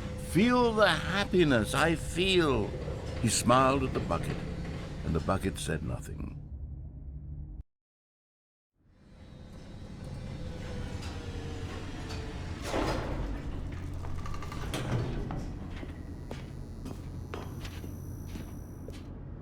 Here we go, said Stanley. This time I'll really show you. He ran to the number 3 and began to wail on it like a musician on a beloved instrument, weaving a concerto of truth and passion. he wielded the number 3 like a fine artist would wield a paintbrush. He told stories through the number 3, stories of his dreams and hopes and fears, and the whole time he looked to his bucket for a reaction of some kind, anything to let him know that the bucket appreciated what he was doing. The bucket conveyed absolutely nothing at all, only silence. Crushed by a wave of dejection, Stanley returned to the elevator. Stanley and the bucket were so close. They'd always been there for one another. Why suddenly could the bucket not connect with this passion of Stanley's? The question caused Stanley to ruminate the whole way down the elevator. He knew that there must be a way to get through to the bucket, to communicate fully with his dear friend. Surely there was a solution, mustn't there be?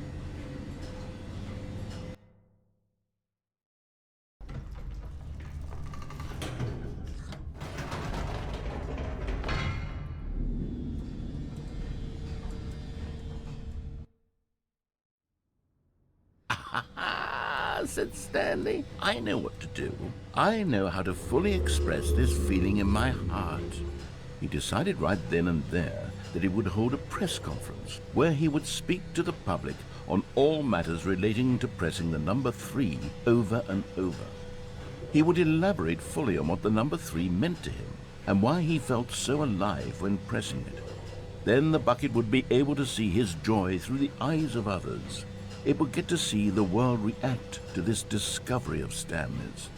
And it would be through the public eye that the bucket would finally understand Stanley's work. For months, he advertised and marketed his press conference, building excitement around it, developing and rehearsing it, until it couldn't be refined a single measure further. When the big day arrived, Stanley was as prepared as he'd ever been for anything in his life. This was it. One last chance to win the bucket over. One opportunity to share a true connection with a loved one.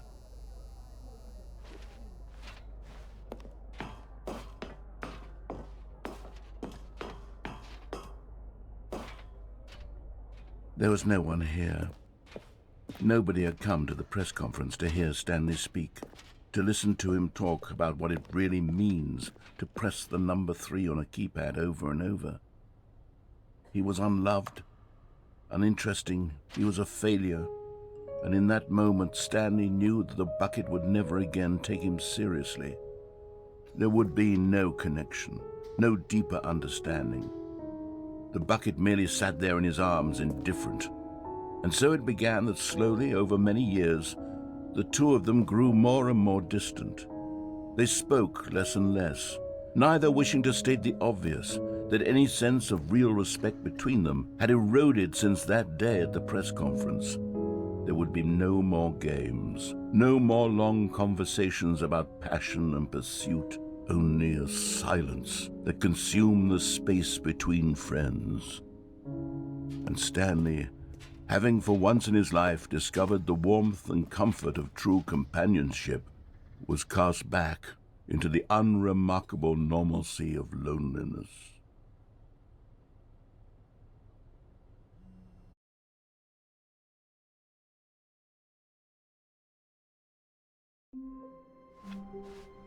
All of his co-workers were gone. What could it mean? Stanley decided to go to the meeting room. The bucket made Stanley want to be a better man and a better co-worker. In time, perhaps, he would become both of those things. Stanley clutched the bucket tightly to his... This was not the correct way to the meeting room, but Stanley had felt the bucket calling to him, telling him that the employee lounge was simply the place to be. And here it was. Had the bucket turned out to be correct? No, never mind. The bucket was wrong. Stanley took the door on his left to go back to the meeting room. No, said the bucket. don't go to the meeting room. Go somewhere else. The cargo lift, yes. Go there. Go to the cargo lift. But Stanley feared that any path he walked might lead to the separation of himself and the bucket, his dearest friend. So he threw himself to his death, that they might die in one another's arms. How deeply touching. All of his co-workers were gone. What could it mean? Stanley decided to go to the meeting room. Not everyone is so lucky to have a bucket, but Stanley is a very lucky fellow. Very lucky indeed. Stanley clutched the bucket tightly to his... This was not the correct way to the meeting room, but Stanley had felt the bucket calling to him, telling him that the employee lounge was simply the place to be. And here it was. Had the bucket turned out to be correct? No, never mind. The bucket was wrong. Stanley took the door on his left to go back to the meeting room. No, Said the bucket. don't go to the meeting room. Go somewhere else. The cargo lift, yes. Go there. Oh, well, look who's got cold feet. Well, from here, it looks like the only way forward is down, since the lift won't be coming back, but that's okay. You've got a bucket. Did you know that buckets are routinely used as cushioning devices? It's true. You can fall on a bucket from literally any height and survive. Whoops. Looks like I was wrong. How clumsy of me.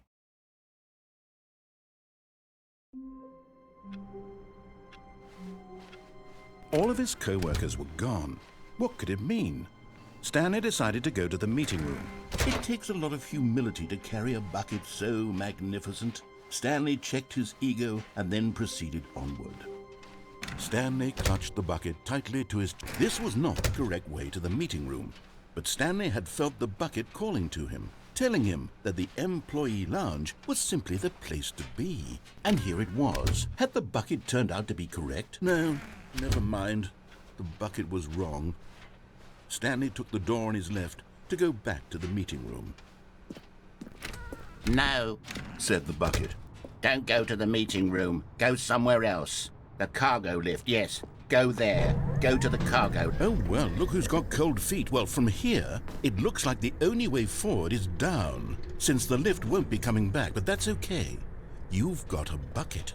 Did you know that buckets are routinely used as cushion? You're getting close now, Stanley. You've nearly gotten all of the Figurines. Very soon, you'll collect the last one, and then the first number will equal the second number, and that will be it.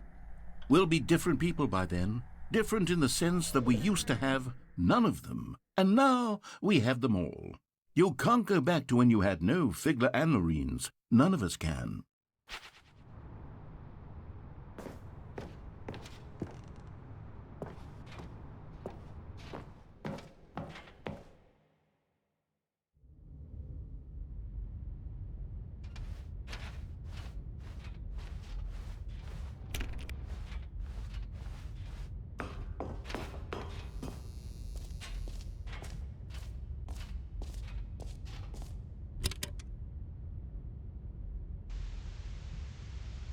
Okay, this is day number 295. Tape number... I don't even know. I've lost track. Nothing feels real anymore. The longer I study this bucket, the less sense anything makes. The sheer euphoria I feel every time I pick it up. No matter how many times I've done it, it's always the same feeling. And the emptiness in my chest when I set it down. It doesn't make sense. There's no explanation for it. I still haven't figured out why I see the world so differently when this bucket is in my arms. Why everything feels so... What do I do with this treasure? I can monetize it. Yes. It's unthinkable the amounts of money people will pay for even just an hour with the bucket. This is my golden ticket. But I have to be careful. because as soon as this gets out, there's going to be a target on my back. Even now, I don't know who might be trying to get...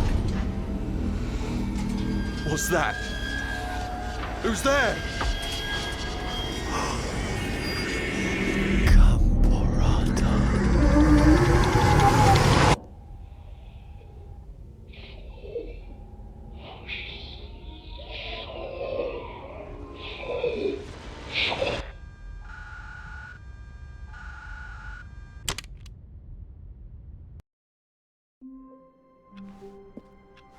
Stanley had never seen the office this brightly lit.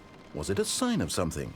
He hoped it was. Stanley cradled the bucket in a gentle embrace, protective yet delicate, assertive yet compassionate. Stanley clutched the bucket tightly to his... This was not the correct way to the meeting room, but Stanley had felt the bucket calling to him, telling him that the employee lounge was simply the place to be.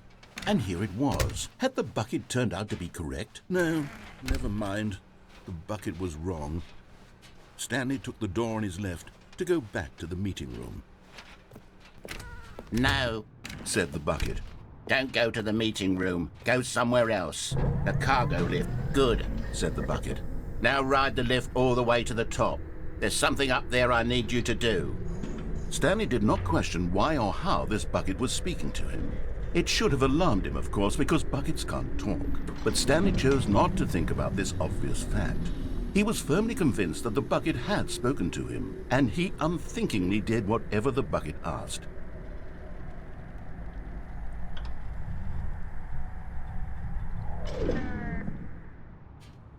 In here. Said the bucket. Go into this dark room over here.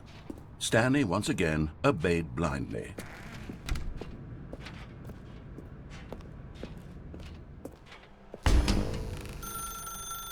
Now pick up the phone. Said the bucket. Pick up the phone and it will take us back home, where we can go about life together.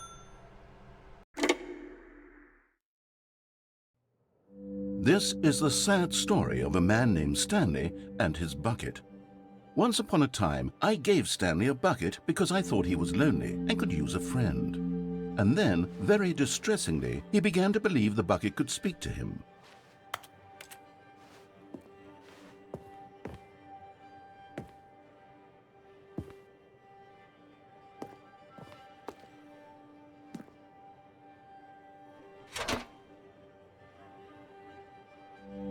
The Stanley Parable Reassurance Bucket was merely meant to provide the comforting glow of companionship. It doesn't literally talk and give you orders. Whatever Stanley is hearing the bucket say to him is just in his head. Lately, I've been concerned about him. Wouldn't you be concerned as well? To see him delusional like this, obsessing over an inanimate metal object? I want to say something to him, but I don't know how I can convince him. I don't know if he'll listen to me. Well, I'll try anyway. Stanley, can you hear me? Listen to me. It's just a bucket. It can't think, it can't talk. All it will ever truly do for you is effectively transfer a liquid from one location to a different location. That's it. It doesn't do anything else.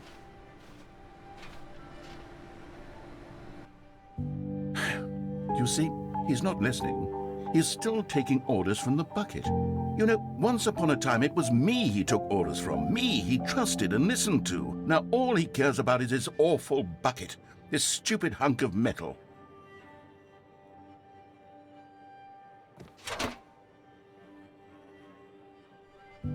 It's sad. I suppose he doesn't need me anymore. From now on, he's just going to cling to this bucket, this cold, empty bucket, this sort of shiny bucket. Well, I'll give it this. The bucket does have a nice shine to it.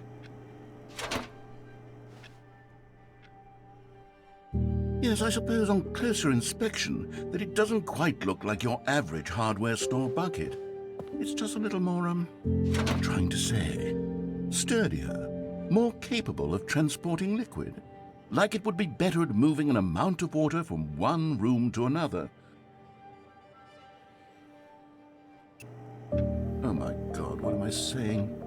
better at carrying water from room to room. It's a bucket. It's literally just a bucket.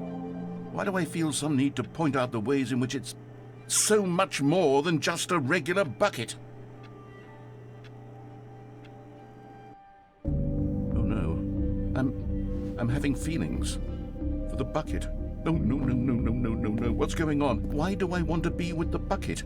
Hear what the bucket has to say. Do anything it asks. What's wrong with me? I don't understand. Perhaps, if I had the bucket, this would be less confusing. Yes, the bucket could tell me what to do in this troublesome situation. Stanley, give me the bucket. Give it to me. Give me the bucket, Stanley. I need it. Give it to me now. Give it, or I'll...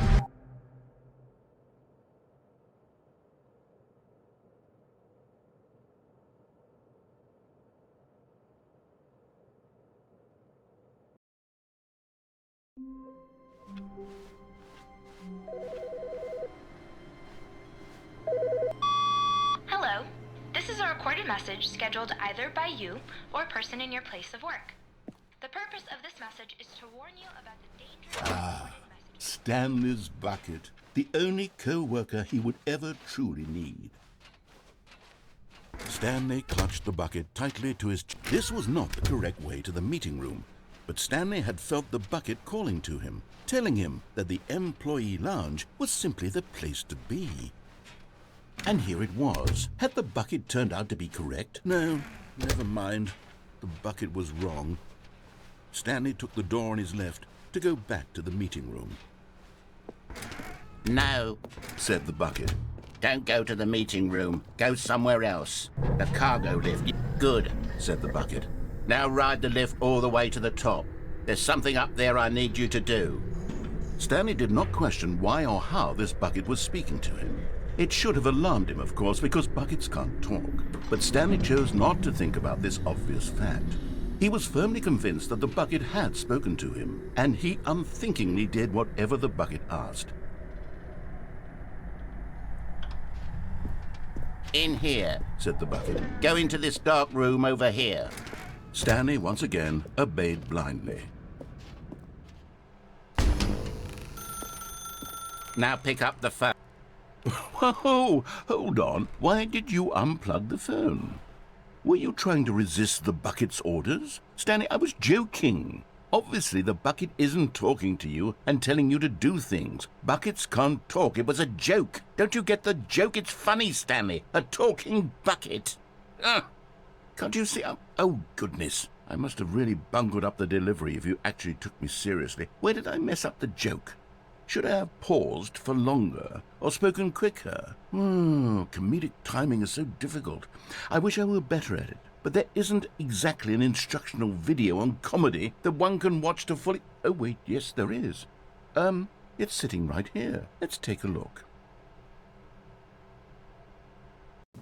What is comedic timing? What is comedic timing? How does it work? How long should it last? How can it be used to effectively silence your political enemies? And more importantly, can it be taught in its entirety within 90 seconds? Thankfully, the answer to all of these questions is yes. Let's dive deeper. If you've ever told a joke or made someone laugh, in all likelihood, you did it while standing 50 to 80 centimeters from them in a room of no more than 76 degrees Fahrenheit, with one of your arms raised straight upward at a 15-degree angle from your body. These are the optimal conditions for good comedic timing. To begin the joke, start by stating and spelling your name. Next, provide a brief synopsis of the joke, including the specific times at which the recipient of the joke will laugh, and then spell out your name a second time. With these steps complete, it's time to begin the humor. Speak the entire joke in no more than 18 seconds and no less than 13 and a half, pausing only for bathroom breaks when necessary. When the joke has concluded, it is customary to inform your listener that the joke is over by declaring in your loudest possible voice, "I'm Dunny with the funny." Let's practice screaming, "I'm Dunny with the funny" now. Good. This saying is a perfect example of expectations management, which is the cornerstone of good comedy. Finally, it's time to hand out surveys. Collecting hard data from your audience on how rapt they were throughout the joke is the only way to grow or learn as a comedian. An effective survey should be no less than 10 pages long and should include the same question reprinted several times, just to ensure the survey taker is actually paying attention and not simply filling in answers at random. And that's all there is. With these strategies at your disposal, you'll have audiences doubled over in laughter and even tripled over in laughter in no time at all. Just remember to let them stop laughing at some point, you gut-busting little scamp. After all, we're each of us needed on the front lines of the war to fight the 12-legged invader who threaten our very existence and who very likely die in a hailstorm of bullets and mandibles. All of us must be prepared to give our lives to this noble cause, just as our children must do after us, and their children after them. Godspeed, and may Earth reign supreme. Hey, goodness, this video is a little outdated, isn't it? Well, no matter. I think the fundamentals of proper comedic timing are still as relevant today as they were back then. So with that in mind, I believe the only way forward is for us to return to the two doors and walk through all of this again, so I can try telling my story with more appropriate comedic delivery. Come along, let's head back.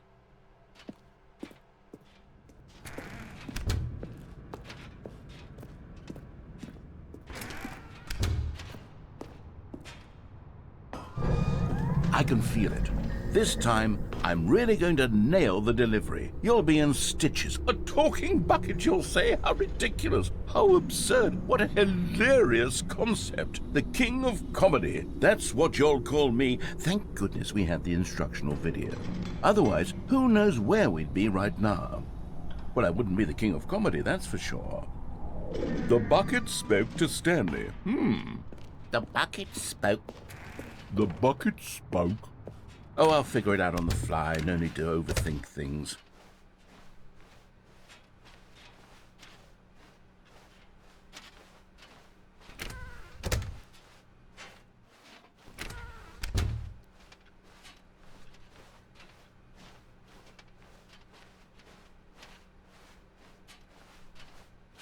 Here we go. You ready? When Stanley and the bucket came to a set of two open doors, they entered the door on the left.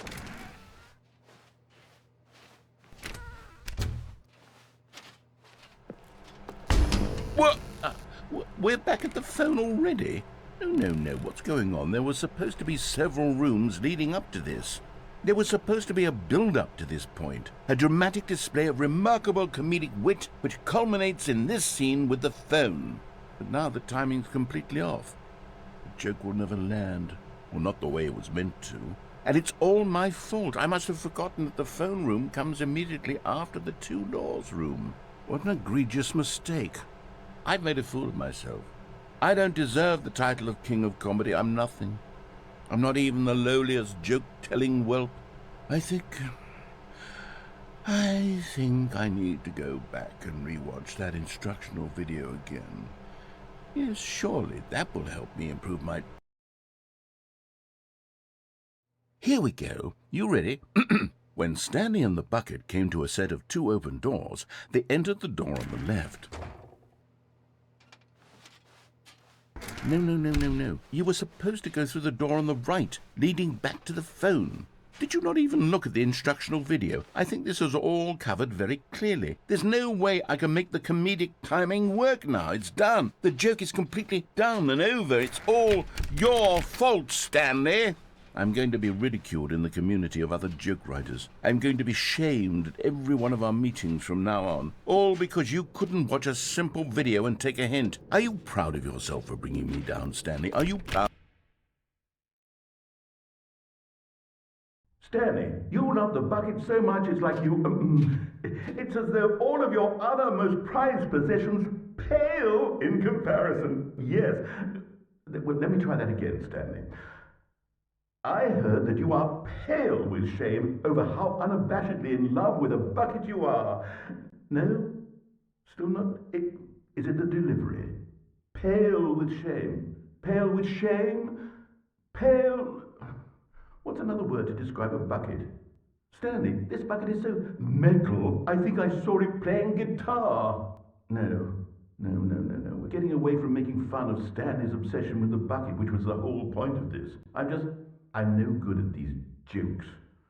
I need more instructional videos. That's exactly what it is. That's what will make me the king of comedy again. More instructional videos. Let's see.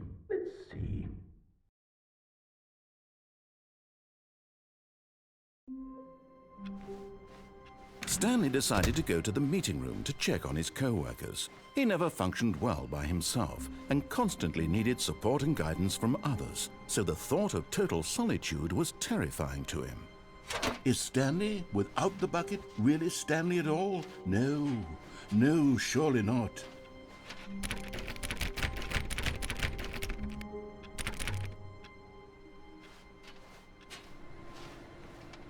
Stanley clung the bucket to his cheek.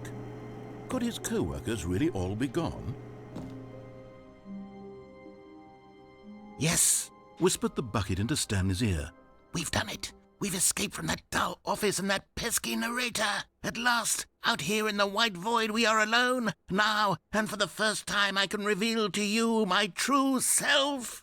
The bucket began to tell Stanley of its life and its history, of the countless wars it witnessed, desecrating the land and lives of untold numbers of innocent humans, and the bucket's own complicity therein, of sadness and regret, and the many years it spent dwelling on the actions it might have taken to curb the madness and the decay, if only it had been stronger, of hope and redemption, and its crusade to uplift the stock of life for the common man, to manifest justice where none existed, and the bittersweet reality of time, to see one's dreams and wishes met halfway, meted out in parcels like charity, and abandoned as soon as the warm glow of inspiration begins to dim. The opportunities to do so much more. There was so much it could have done, perhaps, the bucket wondered to itself. Perhaps, if it had seen its own darkness with a clearer perception.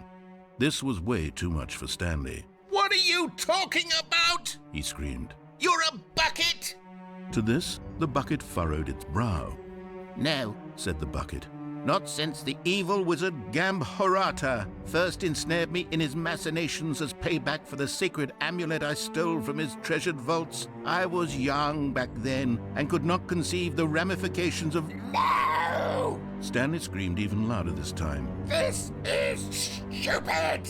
You are a bucket! This is so stupid! Why are we even doing this?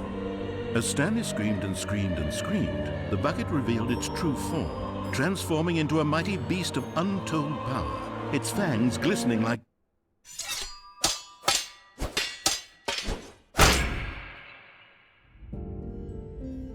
My God, Stanley, you did it. You saved us from the bucket. Thank God you already had all 12 emblems of sages and knew the incantations to summon their true power. Otherwise, we would have easily been overwhelmed by the bucket's power. I'm speechless.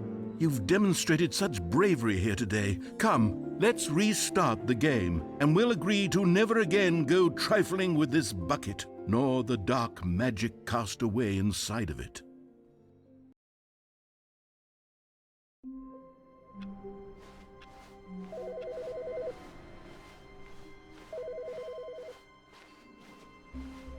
What new mysteries lay in store for our bucket-loving heroes today? Let's find out.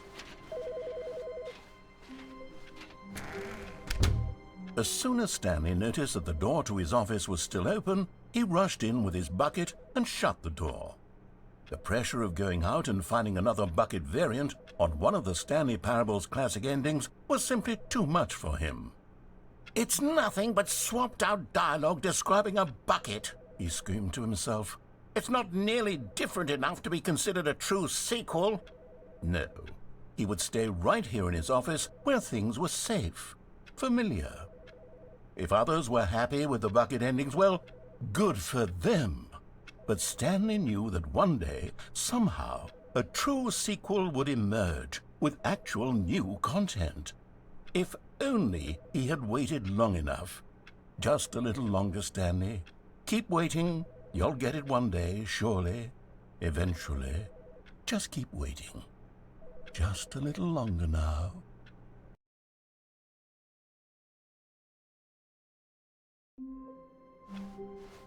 The meeting room. Yes, that's where everyone would be. Stanley just needed to get to the meeting room, and from then on, he would never be alone ever again.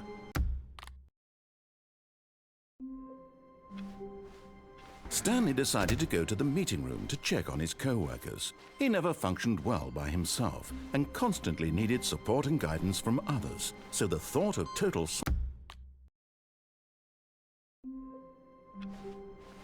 Wait, Stanley thought to himself. Am I sure that the orders stopped coming in? How is that possible? They never stopped. Surely I was mistaken. When Stanley came to a set of 2 open doors, he entered the door on his left.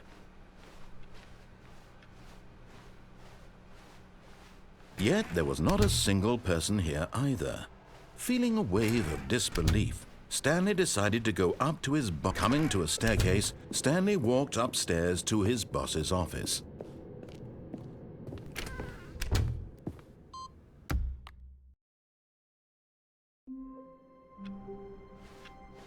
All of his co-workers were gone. What could it mean? Stanley decided to go to the...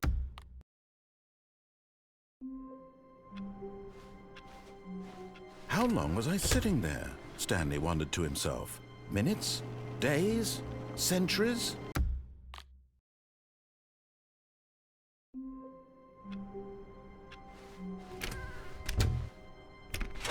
Now this, Stanley thought to himself, this...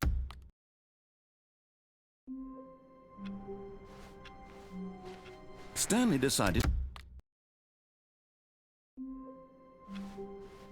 all of his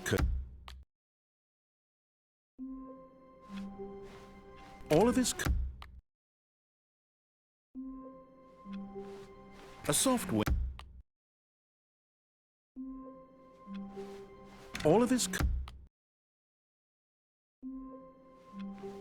even now, Stanley's office was all of his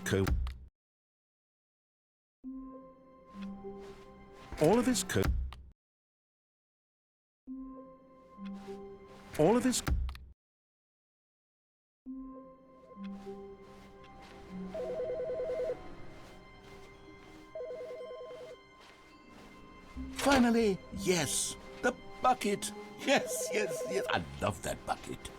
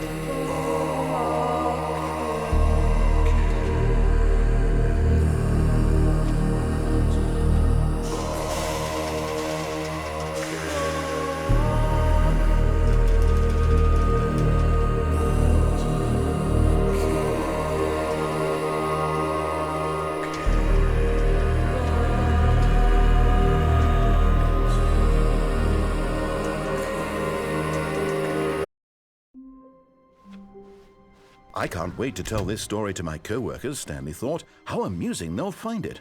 Oh, won't we all just laugh and laugh at the time I thought everyone had gone missing. When Stanley came to a set of 2 open doors, this was not the correct way to the meeting room, and Stanley knew it perfectly well. Perhaps he wanted to stop by the employee lounge first, just to admire it. And here it was, the lounge.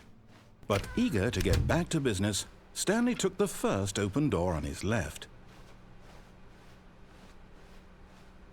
Stanley was so bad at following directions, it's incredible he wasn't fired years ago.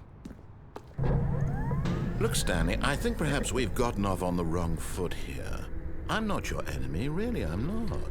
I realize that investing your trust in someone else can be difficult, but the fact is that the story has been about nothing but you. What?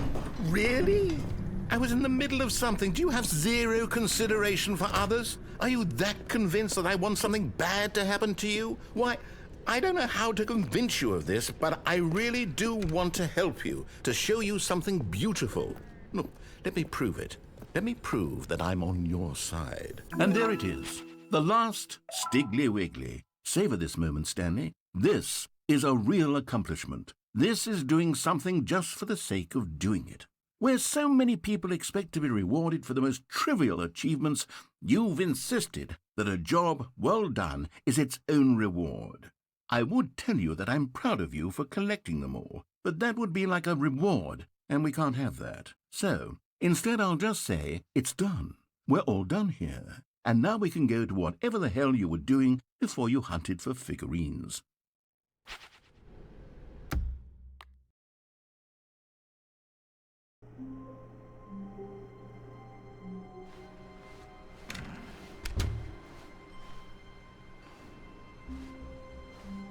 Stanley, I'm sorry, but I have to put a pause on things. It's those figurines, those figglers.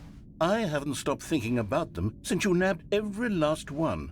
Wasn't it just the most intrinsically fulfilling moment of your entire life? Didn't it fill you to the brim with inner richness? Yes, I know we're supposed to be telling a story, but won't you please indulge me with one more trip back to the memory zone? I would love nothing more than to revisit the figurines. Just one more time.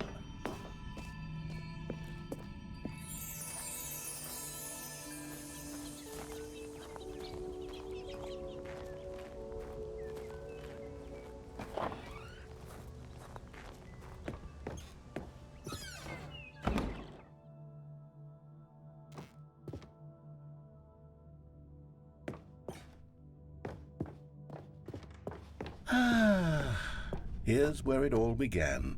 The first collectible.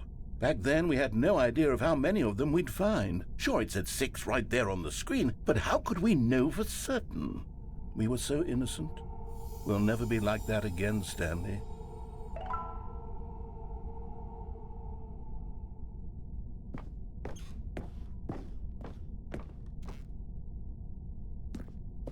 And here was the second Stanlerine. I'll be honest, back then I had no faith in you to find any of them, let alone 6. But you continue to surprise me in all sorts of mundane, unremarkable ways. Okay, let's do a little quiz. Which of these rooms was the room you found your third mini Stan? Can you remember?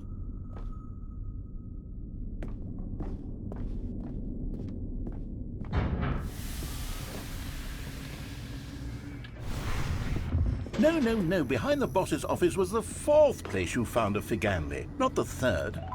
Well, I guess perhaps I shouldn't be surprised. Memories like these are so precious and so cherished that they all just sort of blend together, don't they?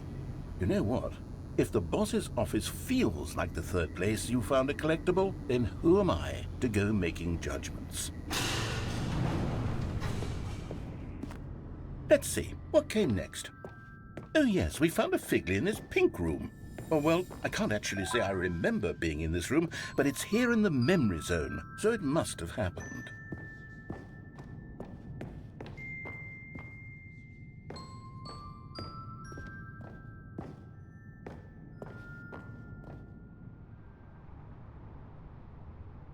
This was the 5th mini-Stan, and this one was really something special. It was in the warehouse. I remember it so clearly.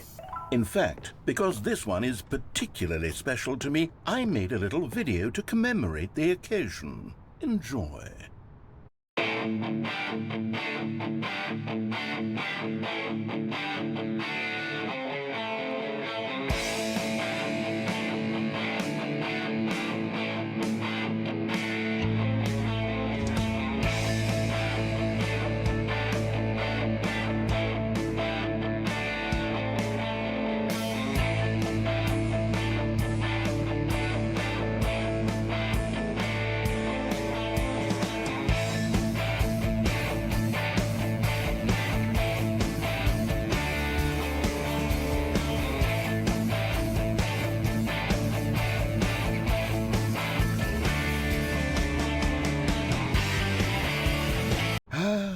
takes you back, doesn't it? I spent a lot of time making that video, but it was 8 minutes I wouldn't have spent on anything else.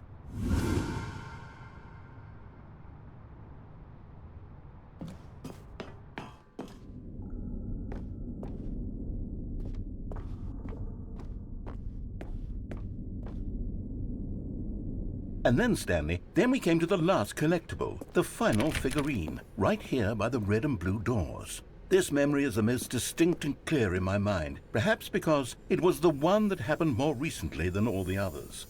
Who can truly say how the mind works? All I know is that this is the moment where you picked up a Figly and I thought to myself, yes, that's all of them. They're all collected. It was a moment unlike any other. Except for the other moments picking up figurines, which it was exactly like.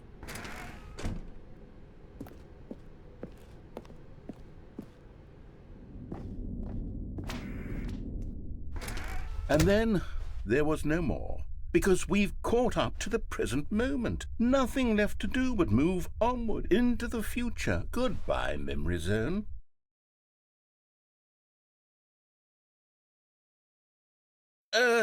No, I'm not done. I'm not ready to move on. Stop the loading screen. Isn't there some way we can stay here, keep enjoying these figurines? Let's just go backwards. We'll do the Memory Zone again from the opposite direction. See how that feels.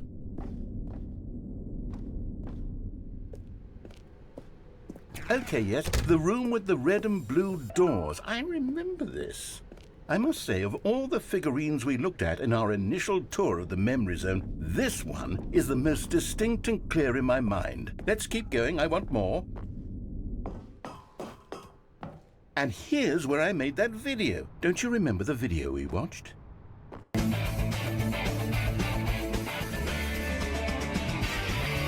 Yes, I love that video.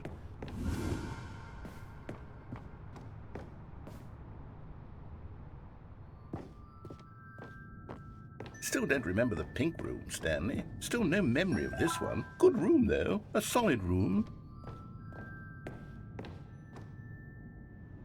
These really were a treat to hunt down. You know, if there had been any kind of reward for finding all of these, it really would have neutered the intrinsic joy of collecting them. I'm very glad we resisted the temptation. Next one.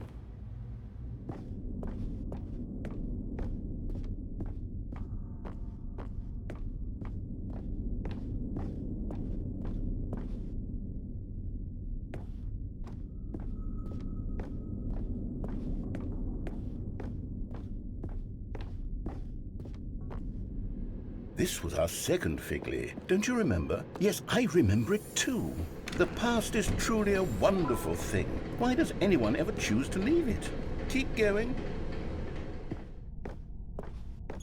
This is it. The very first one we found in the exhibit where I introduced you to the Figurines. Oh, I want more memories, Stanley. I want to keep going. What else is there? What came before this?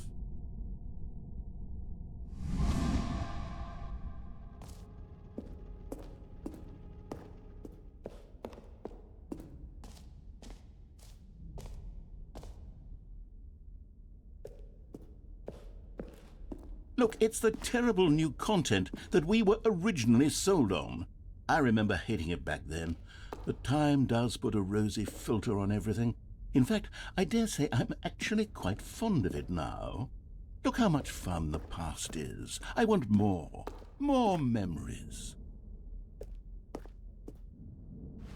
Oh, yes, the two doors. Who could have forgotten that? A classic memory, this one.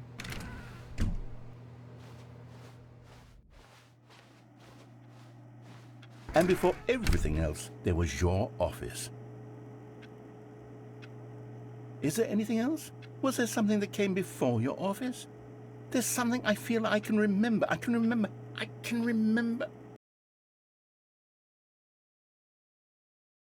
Yes, I'm remembering something now. I remember before this whole story got started. Back then I was different.